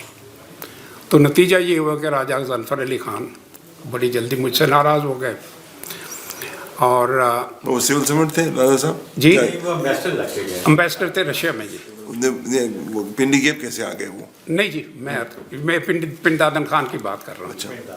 اسی طرح ہمارے ایک اور کولیگ تھے سجاد صاحب، وہ پنڈی گھیپ میں تھے. پنڈی گھیپ جو ہے یہ اٹک، اس کے جو ہیں کافی طاقتور سیاسی لوگ تھے، اور ان کو بھی وہاں اسی قسم کی پرابلم تھی سجاد صاحب کو. تو اس زمانے میں جو سرکاری ملازم تھے، افسر تھے، وہ اپنے اختیارات کے مطابق فیصلے کیا کرتے تھے. تو کمشنر کو یہ اختیار ہوا کرتا تھا کہ وہ اپنے ڈویژن میں سب ایس ڈی ایم کی ٹرانسفر خود کر سکتا تھا، گورنمنٹ کی ضرورت نہیں ہے. تو اب ادھر سے بھی ان کو ہمارے کمشنر جو تھے وہ محسوس کرتے تھے کہ یہ دونوں آفیسر ٹھیک کام کر رہے ہیں، لیکن اگر گورنمنٹ کے پاس وہ چلے گئے اوپر والے تو وہ دونوں کو نقصان پہنچے گا. تو انہوں نے ہم دونوں کا آپس میں تبادلہ کر دیا. کمشنر نے اپنے اختیارات کرتے ہیں ہمیں بچانے کے لیے. اب پنڈی گھیپ سے پھر میری ٹرانسفر کیسے، میں آپ کو یہ بتاتا ہوں. اس وقت تک یہ ریفارمز آ چکی تھیں جی، لینڈ ریفارمز. بڑا شور تھا کہ کمال ہو گیا ہے اور لوگوں کو لینڈ ریفارم میں زمینیں مل رہی ہیں. تو ایک دن میں عدالت میں بیٹھا ہوا تھا اور ظاہر ہے کیس چل رہا تھا، کافی لوگ تھے. تو ایک دم ایک آدمی دروازہ کھول کر اس نے شور شرابہ شروع کر دیا. تو اب سب لوگ چوکنے ہو کے سننے لگے. تو میں نے کہا بھائی ٹھیک ہے سامنے آ کے بات کرو. اس نے کہا جی قصہ یہ ہے کہ فلاں گاؤں میں ہمیں لینڈ ریفارمز کے تحت زمینیں ہمارے نام منتقل ہوئی ہیں. ہمارا جو وڈیرا ہے اس نے 40-50 لوگوں کو ایک چھوٹے سے کمرے میں بند کیا ہوا ہے، اور وہ ہمیں یہ کہہ رہا ہے کہ وہ ساری زمینیں یہ انگوٹھے لگاؤ کہ تم لوگوں نے مجھے بیچ دی ہیں اور تاکہ تم لوگوں کو نہ ملے. اور وہ ابھی ادھر بند ہیں. میں کسی طرح روشن دان توڑ کے یہاں آیا ہوں. پولیس والے میری بات نہیں مانتے، اور میں کسی نے کہا عدالت میں چلے جاؤ. میں نے اس کی اسٹیٹمنٹ لکھی اور اسٹیٹمنٹ لکھ کے آرڈر پولیس کو دیا کہ اس کو ویریفائی کرو، اگر یہ ٹھیک کہتا ہے تو ان لوگوں کو رہا کروایا جائے. وہ زمانہ جو تھا آپ نے نہیں دیکھا، اس وقت ٹیلی فون نہیں ہوتے تھے. ایک چھوٹا سا اس طرح چونگا لٹکا ہوتا تھا، اس کو چرخی گھمائی جاتی تھی، اور وہ بھی میری عدالت میں تھا، گھر پہ نہیں تھا. اور گھر جو تھا وہ عدالت سے تقریباً 400-500 گز دور تھا. تو اسی رات کوئی 11 بجے کے قریب آیا میرا چوکیدار کہ جی لاہور سے کال آ رہی ہے تو آپ کو بلایا جا رہا ہے.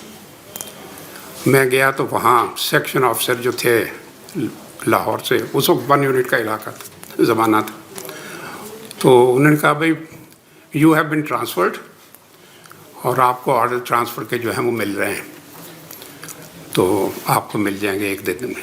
रात कितने रात बजे? 11 बजे तकरीबन। खैर मैं समझ गया किस वजह से हुई है ट्रांसफ़र। उसके बाद मैं घर की तरफ चला गया, सोच रहा था कि सुबह कमिश्नर डीसी से बात करूंगा। SK महमूद हमारे डिप्टी कमिश्नर थे, तो इतने में चौकीदार फिर आ गया कि जी दोबारा फ़ोन आ गया। तो फ़ोन इस तरह नहीं मिलता था, आप जाके चरखी घुमाते थे, आपको आधा घंटा इंतज़ार करना होता था, वो मिलाता था। खैर तकरीबन 1 बज गया जी तक, जब मुझे दूसरी कॉल आई तो वही ऑफिसर बोल रहे थे। उन्होंने कहा जी, नवाब कालाबाग गवर्नर थे, उन्होंने कहा जी गवर्नर साहब को हुक्म है कि सुबह 4 छोड़ दें, शाम से पहले अपनी सब डिवीज़न से निकल जाएं। और पिंडी गेट से सब डिवीज़न आने तक, खोड़ आने तक काफ़ी वक्त लगता था। तो मतलब ये था कि मैं अगर 12 बजे से देर हो गई तो मैं सब डिवीज़न नहीं। तो इस किस्म के हालात में से हम गुजरे। अच्छा मुफ्ती साहब, एक और जो सामीन में बहुत सारे लोगों को पता नहीं होगा कि आप मशरक़ी पाकिस्तान में भी रहे, और एक और जहद जो आपकी शख्सियत की है कि एक तो सरकारी और इंतज़ामी है जहद, और दूसरी अदबी जहद है कि आपकी मुतअद्दिद किताबें हैं, आपने एक बड़ा अपने तजर्बात को जो है वो कलमबंद भी किया है। कुछ मशरक़ी पाकिस्तान में अपने तजर्बात के बारे में हमें बताएं, क्योंकि वो भी एक ऐसा दौर है जो मफकूद हो चुका है। जी मशरक़ी पाकिस्तान के बारे में सबसे बड़ी ट्रेजेडी ये है कि एक तो वो ट्रेजेडी हुई, और दूसरी उससे बड़ी ट्रेजेडी ये है कि सारी हुकूमतों की पॉलिसी ये है उसके बाद की कि इसको भूल जाया जाए, इसके बारे में बातचीत ना की जाए। मैंने 4 किताबें लिखी हैं, लेकिन डर के मारे, खौफ के मारे कोई उनका हवाला नहीं देता, क्योंकि आपसे गवर्नमेंट नाराज़ हो जाती है। तो अब मैं उसका ज़िक्र करता हूँ। मुख्तलिफ़ अंदाज में किताबें लिखी हैं जी। एक तो डायरी है, रिपोर्टाज है कि जब फाल हो रहा था ढाका का, तो 3-4 दिन में हम वो न्यूट्रल जोन में थे, तो लोग जो थे उनके साथ क्या बीत रही थी, चेहरे के उन्वान से है जी। वो सिर्फ 4 दिन का जिक्र है फाल का। उसके बाद फिर वक्त गुज़रता गया, हमीदुर रहमान कमीशन रिपोर्ट दफना दी गई, वो कहीं 26-27 बरस बाद हुई। इस अरसे में मैं 94 में रिटायर हो गया, तो मैंने कुछ मज़ामीन वगैरह लिखे डॉन में जो शाया होते थे। और जब हमीदुर रहमान कमीशन रिपोर्ट आई तो वो जो मैंने अपनी किताबों में लिखा था उसकी तायीद होती थी, और जो मैंने लिखा था उसको चंद अल्फाज में मैं बता देता हूँ। सारी किताबों का जो मजमू है वो ये था, नंबर 1 कि मशरक़ी पाकिस्तान के लोग बहुत पक्के मुहिब वतन, बहुत अच्छे पाकिस्तानी थे। दूसरी बात ये कि वो अलहदा नहीं होना चाहते थे। तीसरी बात ये कि वो गुड गवर्नेंस चाहते थे, और चाहते थे कि उस गुड गवर्नेंस के फ़ायदे उनको भी मिलें। और इसी सिलसिले में वो जो थे असेंबलियों में बड़ी तकारीर किया करते थे, और ख़ास तौर पे जब सीटो सेंटो वगैरह 1954 में पाकिस्तान जैन कर रहा था, तो सबसे ज़्यादा मुखालफत बंगालियों ने हमारी असेंबलियों में की थी। उस वक्त की अखबारें उठा के देख लें, आपको अंदाज़ा हो जाएगा कि यानी वो वोकल थे। पहली बात ये थी वोकल थे, दूसरी बात ये थी मुहिब वतन थे, कहते थे जो फैसले करो वो मुल्क के मफाद में। और ये वोकल होना जो था ये उन 3 क़ुव्वतों को पसंद नहीं था जिनका मैं पहले ज़िक्र कर चुका हूँ। तो नतीजा ये है कि ये सोच पैदा होनी शुरू हो गई थी, जिसका मैंने इशारतन ज़िक्र भी किया है कि भाई ये जो हैं इनसे जान छुड़ा ली जाए तो बेहतर है। और 1971 में जो हुआ वो हमसे अलहदा नहीं हुए, बल्कि उनको धक्के दे के निकाला गया। और चूँकि पॉलिसी उस वक्त हुकूमत की ये थी कि अगर हम उनको सरेंडर करेंगे तो हमारे लिए बड़ी जागसाई की बात है। तो बेहतर है कि हिंदुस्तान से मसनूई जंग छेड़ के हिंदुस्तान को सरेंडर कर दिया जाए। ये नुक्ता नज़र मैंने अपनी चारों किताबों में लिखा है, लेकिन इसकी कोई प्रोजेक्शन लोग नहीं करते। कुछ आखिरी दिनों के बारे में बताइए, वो 4 दिन जो आप जिसकी जो आपने डायरी लिखी है उसके बारे में कुछ बताइए। यानी कुल कितना अरसा आप रहे उस वक्त मशरक़ी पाकिस्तान में और किस पोजीशन मैं जी मशरक़ी पाकिस्तान में जब आर्मी एक्शन हुआ है ना जी 25 मार्च को, तो उसके बाद तो हालात हुकूमत के हाथ से निकल गए थे। तो सडनली एक सोच निकली कि कुछ सरकारी मुलाजमों को, अफसरों को यहाँ से भेजा जाए। तो कोई 25-30 के करीब ऑफिसर थे जिनको उधर फ़ौरन ट्रांसफ़र किया गया, मैं भी उनमें से एक था। और मुझे वहाँ जो लगाया गया वो प्रोविंशियल सेक्रेटरी एजुकेशन था जी। और उसके बाद फिर हालात पहले तो बहुत इम्प्रूव हुए और उसके बाद बिगड़ने लग गए, चूँकि वही गवर्नमेंट की अपनी पॉलिसीज़ का दखल यही था। तो फिर जंग आ गई। जंग के बाद हम POW बन गए। 2 साल मैंने हिंदुस्तान की कैद में गुजारे और उसके बाद वापस आए। तो मशरक़ी पाकिस्तान के बारे में दरअसल मैं नटशल आपको अपनी नुक्ता नज़र बता दिया है, वगरना जब तक 3-4 किताबें पढ़े नहीं आपको अंदाज़, उसमें कुछ ड्रामे भी हैं, कुछ अफसाने भी हैं, डायरी भी है और पूछताछ भी हैं।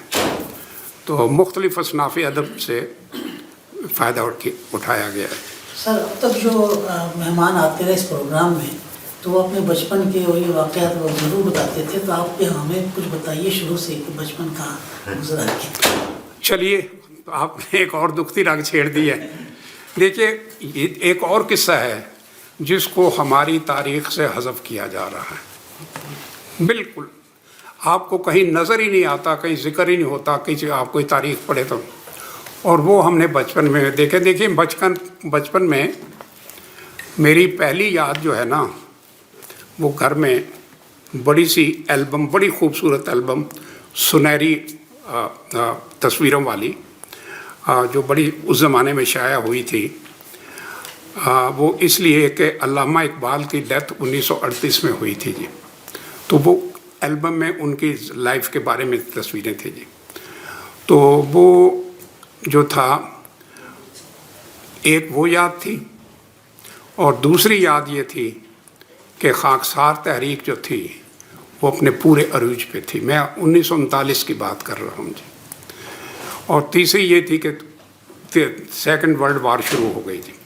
लेकिन जिसकी तरफ मैं हवाला दे रहा हूँ तो खाकसार तहरीक का है कि हमने जो खाकसार तहरीक को देखा है और जिस तरह आजकल हमारे लीडरों ने कौम का किरदार बिल्कुल पस्त बल्कि रज़ील कर दिया है, इस तरह अल्लामा मशरक़ी ने कौम का किरदार बिल्कुल अफजल तरीन कर दिया था।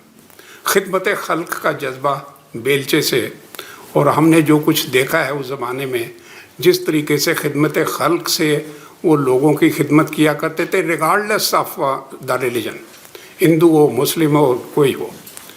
तो मैं आपको एक छोटा सा वाक़या बताता हूँ। अहमद नदीम कासमी साहब ने मुझे बताया ये।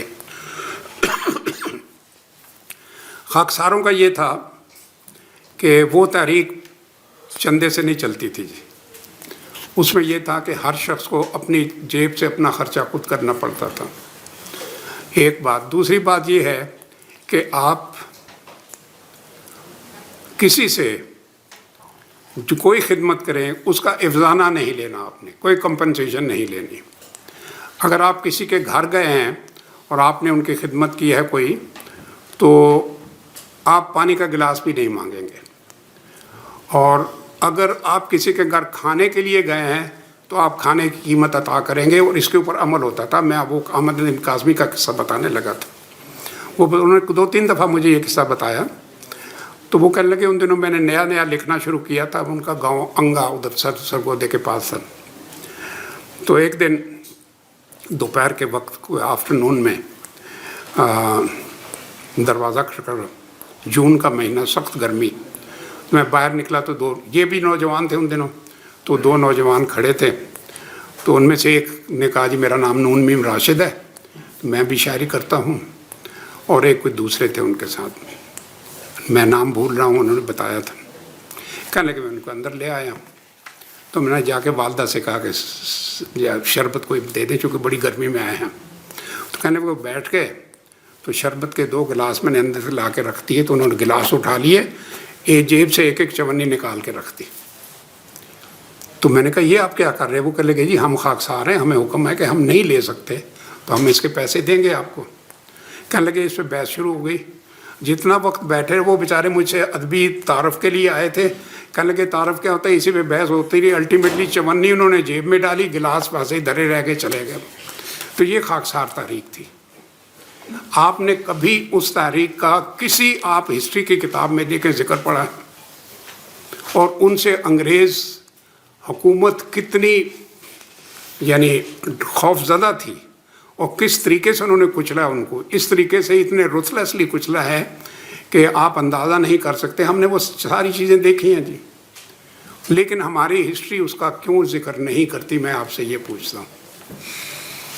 وہ میں نے ابھی ذکر کیا تھا کے عزیز کی کتاب مرڈر آف ہسٹری، وہ ذرا آپ پڑھیں تو آپ کو ایسی ایسی چیزوں کا انکشاف ہوتا ہے کہ ہمارے سامنے پروپیگنڈا کیا کیا جا رہا ہے اور اصل حقیقت کیا ہے۔ مفتی صاحب کسی 1 2 یا 3 شخصیات کا ذکر کریں جنہوں نے آپ کو بہت زندگی میں متاثر کیا ہو، یہ خاکسار تحریک تو ظاہر سی اس کے علاوہ کوئی شخصیات جی ہاں جو آپ کی زندگی میں جن سے آپ ملے ہوں، برجس سے جیسے ملے، ان کا ذکر آ گیا، کوئی اور ایسے جن لوگوں نے کوئی بہت آپ پہ اثر چھوڑا ہو؟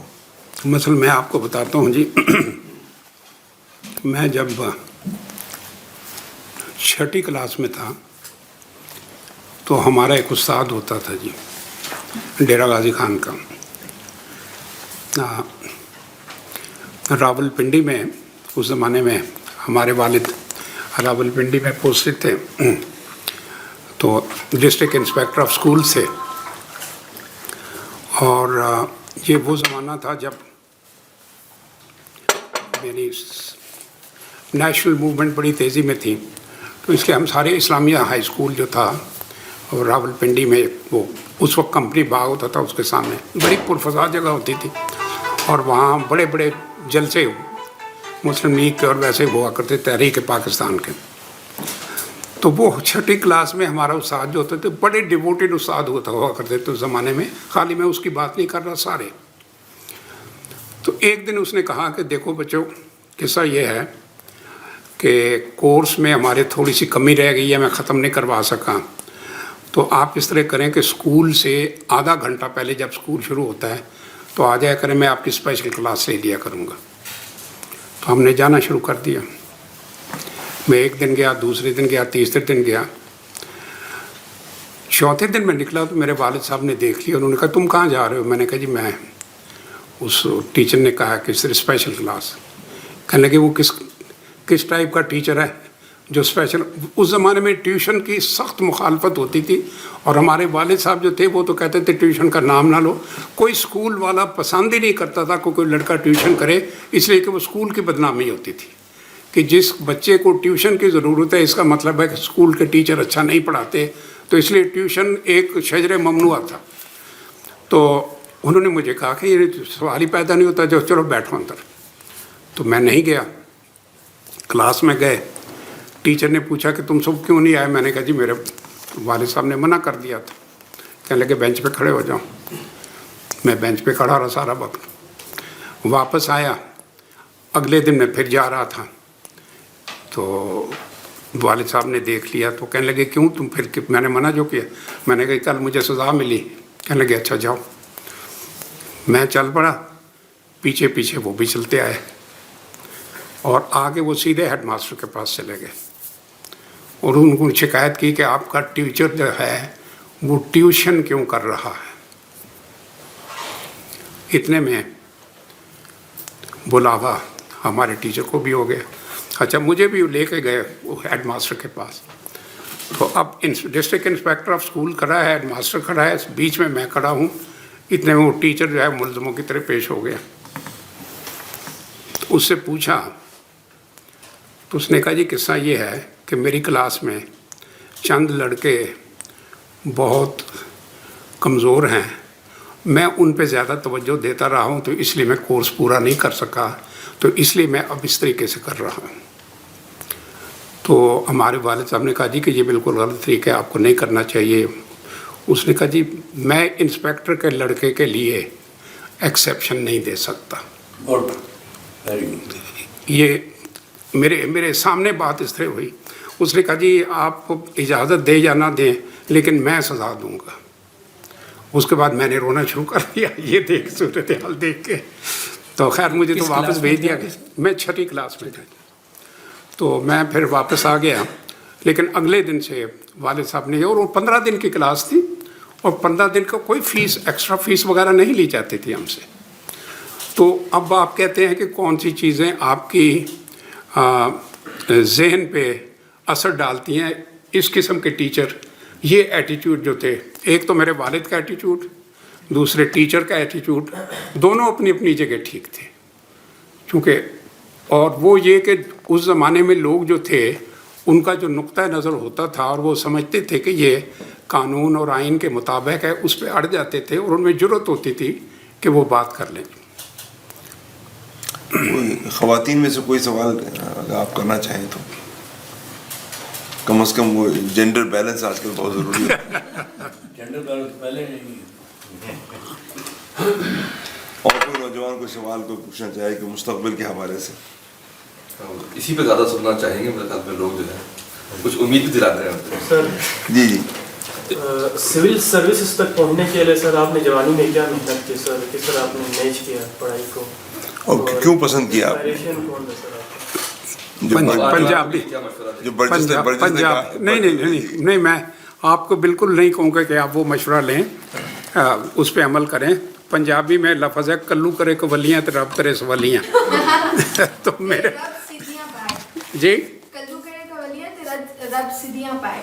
आज उस वलियाँ वही है ना जी, वो चूँकि एक जगह इला वो किस्सा ये है जी कि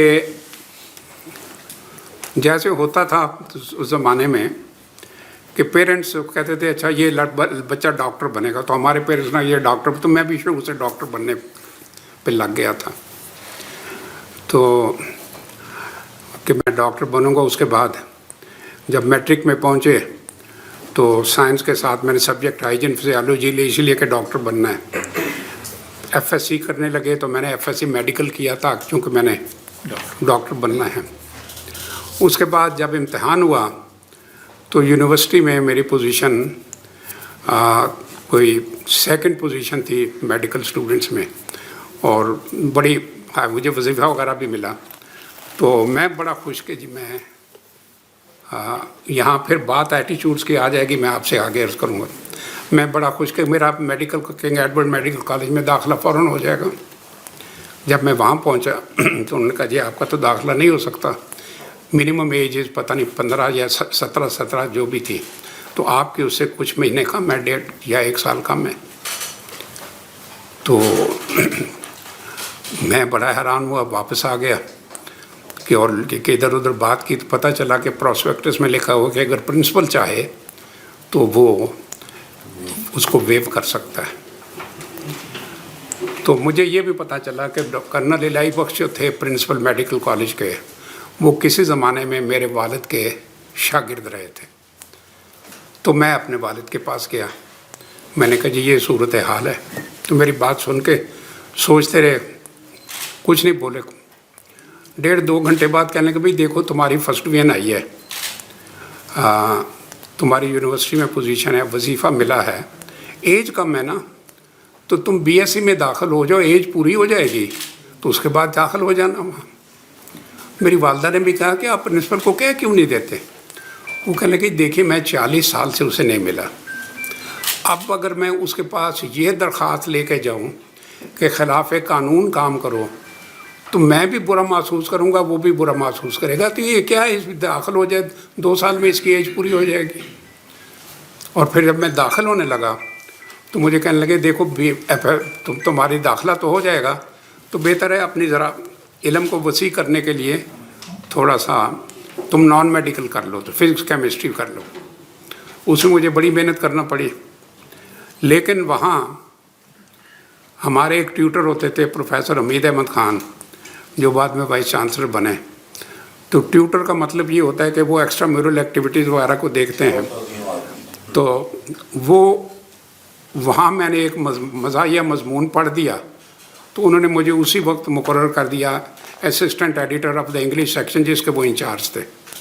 तो मैं किताबें पढ़ा करता, लिखने लिखाने का कभी सोचा ही नहीं था, ख्याल ही नहीं था।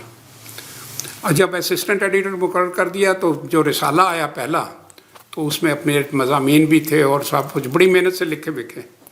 तो उससे मेरी थिंकिंग सारी बदल गई कि भाई ये तो असल उस ज़माने में एक होता था इकबाल सिंह, जिसके पाकिस्तान टाइम्स में भी आर्टिकल आया करते थे और वैसे भी इंटरनेशनली वो रिप्रोड्यूस हो करते थे, बड़ा ऊंचा नाम था।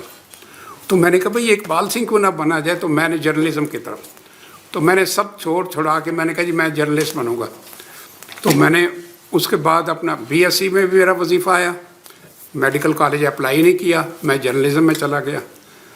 तो इस किस्म की मैं हरकतें करता रहा हूँ। तो उसका एक फ़ायदा ये हुआ कि उसके बाद मैंने एमए इंग्लिश किया, बीच में पॉलिटिकल साइंस वगैरह का।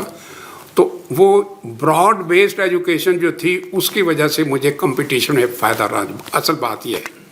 लेकिन मैं ये नहीं कहता कि आप ब्रॉड बेस करने के लिए अपना इधर उधर करना शुरू कर दें, उसमें नुकसान भी पहुंच सकता है। बुनियादी बात ये है कि जो रिक्वायरमेंट हैं, आप अगर कंपटीशन देना चाहते हैं तो जो रिक्वायरमेंट हैं उन रिक्वायरमेंट के मुताबिक आप अपना इल्म हासिल करें। मसलन मैं आपको बताऊं, उस ज़माने में रेडियो बड़े कम होते थे, हमारे घर में रेडियो नहीं होता था। लेकिन जब मैं पता चला कि कंपटीशन की तैयारी कर रहा हूँ तो फ़ौरन घर में रेडियो ख़रीदा गया ताकि ये बीबीसी की ख़बरें वगैरह सुन सकें। तो मतलब ये होता है कि जिस किस्म की रिक्वायरमेंट है उसके मुताबिक आप अपने इल्म को ब्रॉड बेस करें, दैट्स ऑल।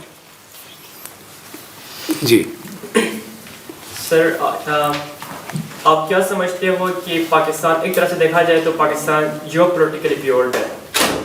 जियोपॉलिटिकल प्योर्ड है मतलब सेंसिटिव एरिया है पाकिस्तान, मतलब एक तरह से ज्योग्राफी के मतलब हिस्सा तरीन जगह पे मतलब लोकेटेड। हाँ ठीक है, जो कि एशिया और यूरोप को मिला रहा है। तो आप ये नहीं समझते हो कि ज्योग्राफी ने ही क्या नाम है मिलिट्री सेक्टर को पुश किया है कि आप जाके डिसीजन मेकिंग में अपना इन्फ्लुएंस क्या नाम है मैनिपुलेट करें? The curse of geography. नहीं भाई, आपकी बात ठीक है। ज्योग्राफिकल लोकेशन जो है ना हमारी, वो बहुत इम्पॉर्टेंट है। लेकिन बात सारी ये है कि घोड़ा जो होता है ना भाई, अरबी घोड़ा भी होता है जो बहुत अच्छा गिना जाता है, नेज़ाबाजी वाला घोड़ा भी होता है, दूसरा भी। लेकिन घोड़ा ये देखता है कि उसके ऊपर सवारी कौन कर रहा है, फिर अगर सवार अच्छा होगा तो घोड़ा उसके मुताबिक काम करेगा। लोकेशन तो हमारी अच्छी है, लेकिन गवर्नमेंट्स अगर हमारी अच्छी नहीं होंगी, पॉलिसीज़ अच्छी नहीं होंगी, तो उन लोकेशन का हम फ़ायदा नहीं उठा सकें, बल्कि दूसरे उस लोकेशन को काबू करने के लिए आ जाएंगे। सर, इस सेशन में तो हमने सिर्फ इंस्टीट्यूशन का जिक्र किया है, और इंस्टीट्यूशन में भी हमने मतलब दो इंस्टीट्यूशन का स्पेसिफिकली जिक्र किया मतलब और डिसीजन में, जिसमें एक मिलिट्री इंस्टीट्यूशन है और दूसरी जो इंस्टीट्यूशन है वो सिविल इंस्टीट्यूशन है, यानी सिविल मिलिट्री रिलेशन। एक तरह से मतलब होल डिसीजन में मैंने तो यही गेन किया। नहीं, तीसरी इंस्टीट्यूशन का आप बिल्कुल आपने फ्यूडल का जिक्र किया, लेकिन फ्यूडल का तो मतलब आज के ज़माने में बिल्कुल रोल न होने के मतलब सिंध में है और पंजाब के साउथ पंजाब वाली साइड पे मतलब समहाउ इन्फ्लुएंस है, और जिस जगह से मैं ताल्लुक़ रखता हूँ वहाँ पे तो बिल्कुल भी नहीं है। आपका कौन सा इलाका है? गिलगित बल्तिस्तान है। गिलगित बल्तिस्तान, हाँ। वहाँ क्या नहीं है? फ्यूडलिज्म नहीं है। फ्यूडलिज्म बिल्कुल नहीं है। मतलब पहले दौर में था, मेरे मतलब दादा के ज़माने में था, लेकिन अभी बिल्कुल भी नहीं है। बिल्कुल भी। हाँ ठीक है। तो मेरा ये सवाल है कि आप क्या नहीं समझते हो कि उनको मतलब ज्योग्राफी ने उनको मजबूर किया कि आप आके मतलब यहाँ पे अपना पॉलिसी मेकिंग में या पॉलिसी डिसीजन मेकिंग में अब अपना इन्फ्लुएंस मैनिपुलेट करें? नहीं, वो बात ठीक है। बात यह है कि फ्यूडलिज्म आपने जिक्र किया, फ्यूडल लॉर्ड जो थे। और सर मेरा मतलब मैं इसमें एक एडिशन करना चाहूँगा कि आप मतलब फ्यूडल में भी चंद एक फ्यूडल लॉर्ड ऐसे थे जो कि कज़म के खिलाफ में थे, और बहुत सारे फ्यूडल लॉर्ड मतलब स्पेशली फ्रॉम केपीके वाली साइड वो कज़म के फेवर में था। میں سمجھ نہیں سکا بتا.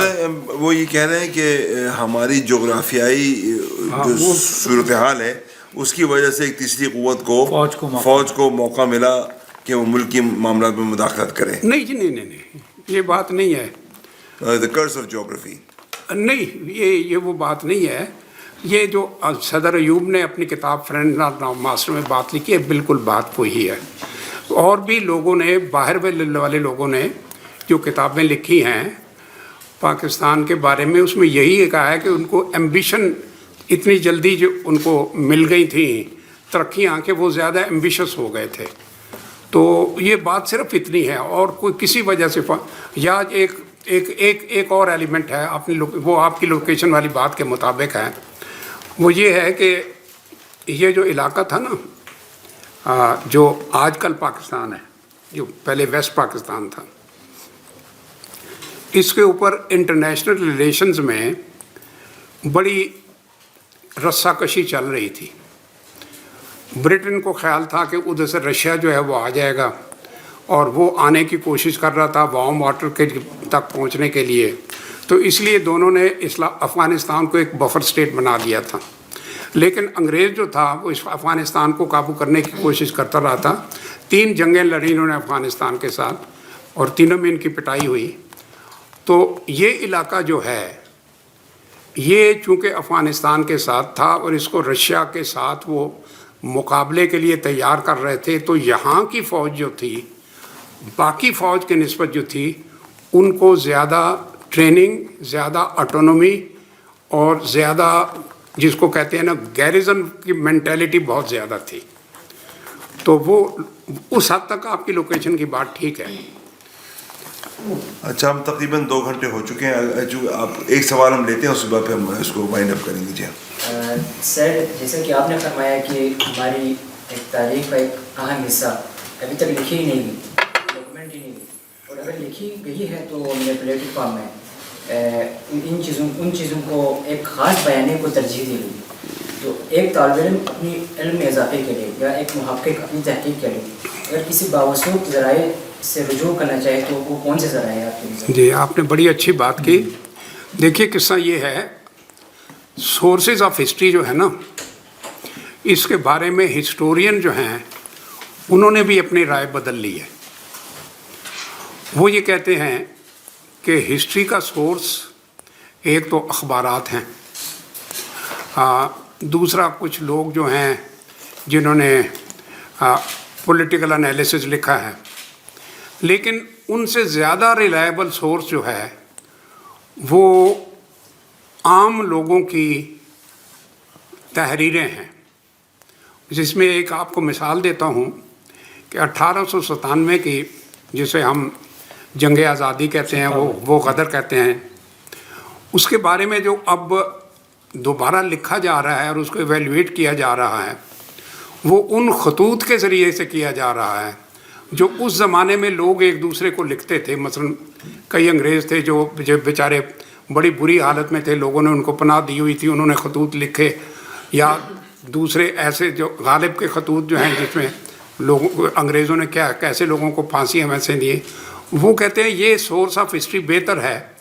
اور یہ جو میں کتابیں لکھ رہا ہوں میں بھی اسی نقطہ نظر سے لکھ رہا ہوں کہ جو کچھ ہم نے دیکھا اس کو چاہے ادب کے رنگ میں اس طرح لکھ دیا جائے تاکہ آئندہ ہسٹورین کو اس سے کچھ نہ کچھ اندازہ مل سکے. ظاہر ہے کہ وہ ہسٹوریکل پرسپیکٹیو تو نہیں ہوگا لیکن ہسٹری کا اندازہ ہوتا ہے. تو اس طریقے سے جو ہے نا جو کچھ بھی لکھا جا رہا ہے اور میں سمجھتا ہوں کہ ہر لکھنے والے کو یہ چاہیے کہ وہ ایسے لکھے کہ اس کے اپنے زمانے کا عکس اس کی تحریروں میں آئے تاکہ آئندہ کے لیے ہسٹری والوں کو آسان نہیں. بہت شکریہ مسعود مفتی صاحب. آج کی محفل جو ہے وہ ہمارے لیے بہت منفرد رہی ہے. میرے خیال سے کوئی بھی ایسا اب تک ہمارے پاس سلسلہ میں نہیں آیا جس نے اتنا زیادہ لکھا ہو. اور بات بہت ساری کتابوں کی ہوئی. آپ نے کئی کتابوں کا آپ نے خود ذکر کیا. آج اکبر ظہری صاحب کی کتاب کا ذکر کیا, کینیڈی صاحب کی کتاب کا ذکر ہوا, آپ کی اپنی کتابوں کا ذکر آیا. اور وہاں پہ بھی نوجوانوں نے بھی پوچھا کہ کہاں سے تاریخ کے بارے میں ایک صحیح رائے حاصل کی جا سکے. بہت ساری کتابیں لکھی گئی ہیں لیکن بدقسمتی سے یہ کوئی گلہ نہیں ہے بلکہ امر واقعہ ہے کہ ہماری قوم میں کتابیں پڑھی بہت کم جاتی ہیں. کچھ مجبوری یہ ہے کہ وسائل کی کمی ہوتی ہے بعض دفعہ کہ نوجوان میں جو کتاب پڑھنا چاہتے ہیں ان کے پاس کتاب رسائی نہیں ہے, جن کے پاس وسائل موجود ہیں وہ کتاب پڑھتے نہیں ہیں. تو میرا آپ لوگوں سے درخواست یہی ہوگی کہ جتنی زیادہ جو چھپی ہوئی کتابیں ہیں ان تک جائیے اور ان سے اپنی رائے خود اخذ کیجیے. جب آپ مختلف نقطۂ نظر پڑھیں گے تو آپ کو, بلکہ بڑا خوبصورت جملہ ہے جو شاید ہمارے قوم کے اوپر بہت صادق آتا ہے. امریکہ کے ایک لکھنے والے ہیں مارک ٹوین, جو شاید امریکہ کے سب سے زیادہ جانے پہچانے جانے والے مزاح نگار ہیں. انہوں نے ایک دفعہ کہا تھا کہ وہ شخص جو کتابیں نہیں پڑھتا اس کا کوئی فرق نہیں ہے جو کتابیں پڑھ نہیں سکتا. He who cannot read is no better than he who does not read books is no better than the person who cannot read books. تو میں اس نقطۂ نظر پہ میں درخواست کروں گا جناب خالد رحمان صاحب سے کہ وہ جو ہے اختتامیہ حسب سابق جو ہے اختتامیہ پیش کریں. بسم اللہ الرحمن الرحیم. نہیں, میرا خیال یہ ہے کہ میں اختتامیہ کو اس معنی میں ملتوی کروں گا کہ ہم نے پہلے ہی طے کر لیا ہے کہ انشاءاللہ مسعود مفتی صاحب کے ساتھ ہم ایک مرتبہ اور بیٹھیں گے, اور معلوم نہیں آپ لوگوں کا کیا احساس ہے, درمیانیہ پیش کر دیں آپ. میں وہ درمیانیہ کی حد تک بات ہو جاتی. آپ لوگوں کا بھی شاید یہ احساس یقینی طور پہ ہوگا, شاید اور یقینی, کہ یہ ابھی تشنا ہے. اور جس طرح سے ابھی ہم سوال جواب کے سیشن میں آگے بڑھ رہے ہیں اس میں یعنی بہت ہی ایک طویل کیریئر ہے. کیریئر میں اس معنی میں کہہ رہا ہوں کہ ریٹائرمنٹ کے بعد مسعود مفتی صاحب کچھ نہ کچھ کرتے رہے ہیں, اور لکھنے لکھانے کا کام کرنے والا جو ہے وہ دراصل پڑھ بھی رہا ہوتا ہے, لوگوں سے ملتے جلتے بھی بہت ساری چیزیں اس کے ذہن میں آ رہی ہوتی ہیں. تو اتنے طویل کیریئر کو اگر ہم 2 گھنٹے میں ظاہر سننا چاہیں گے تو وہ تو بہت ہی ناکافی ہیں. اور زیادہ ہم انشاءاللہ تعالیٰ جو اگلی نشست ہو رہی ہوگی تو اس میں جو یہ آئی وٹنس اکاؤنٹ ہے بہت ساری چیزوں میں, جس کی وجہ سے ہمیں ان عوامل کو سمجھنے میں مدد ملتی ہے کہ جو پس پردہ ہو رہے ہوتے ہیں یا کچھ لوگوں کے سامنے ہوتے ہیں, باقی قوم کے سامنے نہیں ہوتے.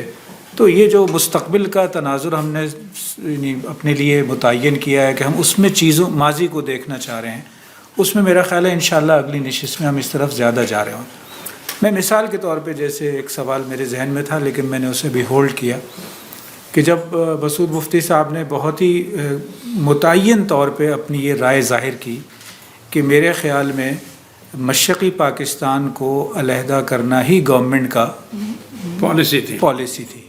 اب گورنمنٹ جب ہم کہیں تو اس میں تو بہت کچھ چھپ جاتا ہے. ہم کیسے اسے سمجھیں کہ گورنمنٹ سے اس وقت ہماری مراد کیا ہے, کیونکہ گورنمنٹ میں ساری کی ساری گورنمنٹ مل کے یہ پالیسی بنائے یہ تو سمجھ میں نہیں آتی بات. ظاہر چند لوگ ہوں گے. تو اب اس میں آپ کا آئی وٹنس بھی ہے, آپ کے پاس بہت ساری چیزیں ایسی ہوں گی جس کی بنیاد پہ آپ یہ رائے اخذ کر رہے ہیں. تو ایسی بہت سی چیزیں ہو سکتی ہیں جو انشاءاللہ تعالیٰ ہم اگلی نشست میں سننا چاہیں گے. ایک بات جو یہاں بیٹھنے کا ایک فائدہ ہوتا ہے وہ یہ کہ آپ جو مقرر ہے اس کے نوٹس پہ بھی کم از کم گاہے گاہے نظر ڈال سکتے ہیں. پڑھا میں نے کچھ نہیں اس میں سے, نہیں وہ پوائنٹس تھے, یہی پوائنٹس تھے. جی, لیکن میں جو چیز عرض کرنا چاہ رہا ہوں بہت سے میں نے چھوڑ دیے. میں جو چیز عرض کرنا چاہ رہا ہوں وہ یہ کہ یہ ہمارا اس وقت کا ایک المیہ ہے کہ ہم اردو زبان جو ہے وہ بھولتے جا رہے ہیں. آپ نے نوٹ کیا ہوگا کہ مسعود مفتی صاحب نے حد المقدور پوری یعنی عادت کے طور پہ ہی اردو ہی بولی ہے, چونکہ مجلس اردو میں ہو رہی ہے. آپ کے نوٹس بھی سارے کے سارے اردو میں ہیں. یہ میرے لیے دوسری بات تھی. اور میں نے شروع میں آدھ گھنٹے کم از کم نوٹ کیا کہ یہ کتنے انگریزی کے الفاظ استعمال کرتے ہیں. تو مجھے بڑی خوشی ہو رہی تھی کہ 2 3 4 جگہ کے علاوہ مسعود مفتی صاحب نے انگریزی کا لفظ شروع میں نہیں استعمال کیا. بعد میں جیسے مجلس آگے بڑھتی ہے تو اسپونٹینیس بہت ساری باتیں, چونکہ آپ کا تھاٹ جو ہے, خیال جو آپ کے ذہن میں ہے وہ جس زبان میں آتا ہے آپ اس میں بات کر رہے ہوتے ہیں. تو یہ خود ایک بہت بڑی چیز ہے جو ورنہ تو اب ہمارے یہاں سینیارٹی کا, پڑھے لکھے ہونے کا, تجربہ کار ہونے کا مطلب ہی یہ ہے کہ آپ کتنی اچھی انگریزی بول سکتے. نہیں بول سکتے تو پھر تو وہ ان پڑھ ہے نا, جیسے وہ بدتمیز ہوگی میڈیم. تو میں نے یہ جیسے یہاں بیٹھے ہوئے نوٹ کیا. تو انشاءاللہ میرا خیال ہے ہم اگلی نشست بھی آپ سے چاہیں گے. اور شاید اس میں مسعود مفتی صاحب نے یہ مناسب سمجھا کہ بیوروکریسی کو عنوان بنا کے اس کی یعنی 3 آپ نے کہے ہموار، ابھار اور ڈھلان. کیونکہ آپ کا جو دعوت نامہ ہے اس میں ویٹرن بیوروکریٹ کا لفظ ہے. جی بالکل. تو جیسے میں نے تو اس کی نہیں وہ پہلو بھی بہت مفید ہے، لیکن انشاءاللہ پھر آپ کی جو ایک طرح سے پرسنل اکاؤنٹ ہے اسے سامنے رکھتے ہوئے ہم اور بھی زیادہ چیزیں سننا چاہیں گے انشاءاللہ تعالیٰ. میرا خیال ہے جمال صاحب سے بھی نشست کی جائے. جمال صاحب سے اس کے بعد ہوگی انشاءاللہ تعالیٰ. میں تھوڑا نہیں پہلے ان سے پوچھ لیا آدمی ہوں اور میں اتنا نالجیبل نہیں ہوں. میں تو مفتی صاحب سے سیکھنے کے لیے ہر دوسرے تیسرے دن فون کرتا رہتا ہوں اور رات گئے تک نہیں جمال صاحب وہ نہیں نقطہ نظر کی بات ہے. آپ اپنے نقطہ نظر سے کچھ بتا دیں ان کو. ضرور ہے. آج جو مجھے تشنگی نظر آئی ہے ان کی اپنی بہت سیر آسر گفتگو تھی. انگریزی پر بھی عبور ہے، اردو پر بھی عبور ہے اور کمال کا عبور ہے، تحریر ہے. میں نے آج کی ان کی کتاب کا چند لفظ پڑھے. میں کہ آپ میں 2 خوبیاں ہیں. ایک تو آپ بڑے ظالم قسم کے قاتل ہیں اور پہلے 11 سال کو آپ نے بڑی خوبصورتی کے ساتھ پیش کیا ہے. باقی حصوں میں آپ نے قاتلانہ حملے کیے ہیں. میں نے آج ان کو کہا لیکن آپ میں وہ ایک خوبی بھی ہے کہ آپ موسیقیت بھی ہے بعض جگہوں میں. تو آپ نے بیوروکریسی کا انہوں نے تعریف بھی کی ہے دوسرے لفظوں یعنی سریلے حملے کیے آپ نے. آج تشویش ہے ذاتی طور میں میرا اپنا ایمان بھی ہے کہ قوم میں جملہ چلتی ہے بہت سے انسٹیٹیوشن کو ساتھ دے گی. اگر پاکستان کی ساتھ چلنے کی رسم نہیں پڑ سکی اس رسم کو ہمیں کیسے چلانا، ایک بڑی تشویش ہے میرے لیے جو آپ بھی سمجھ رہے ہیں کہ میرا اشارہ کس طرف. دوسری تشویش یہ ہے کتاب پڑھنے کی بات. ہماری نوجوان نسل موبائل پہ کمپیوٹر پہ آ گئی ہے اور میں نہ موبائل اور کمپیوٹر استعمال کرنے کو بہت گھبراتا ہوں کہ میرے اسٹرین پڑتا ہے. کتاب پڑھنے میں مزہ بھی آتا ہے جو چیز ہے، لیکن ہماری نسل اپنے ادراک میں کدھر جا رہی ہے. میرا اپنا فیتھ یہ ہے کہ جو پوٹینشیل ان میں ہے انہوں نے اپنے پوٹینشیل کی بنیاد پر انہوں نے اپنے راستے خود بنا لینے ہیں اور وہ قوتیں جو رزسٹ کر رہی ہیں وہ خود بہت سرنڈر کر جائیں. میرا فیتھ ہے پازیٹیو نوٹ ہے. نہیں بہت شکریہ. اور ظاہر پازیٹیو نوٹ پہ ہم آج کی نشست کو ختم کر رہے ہوں گے.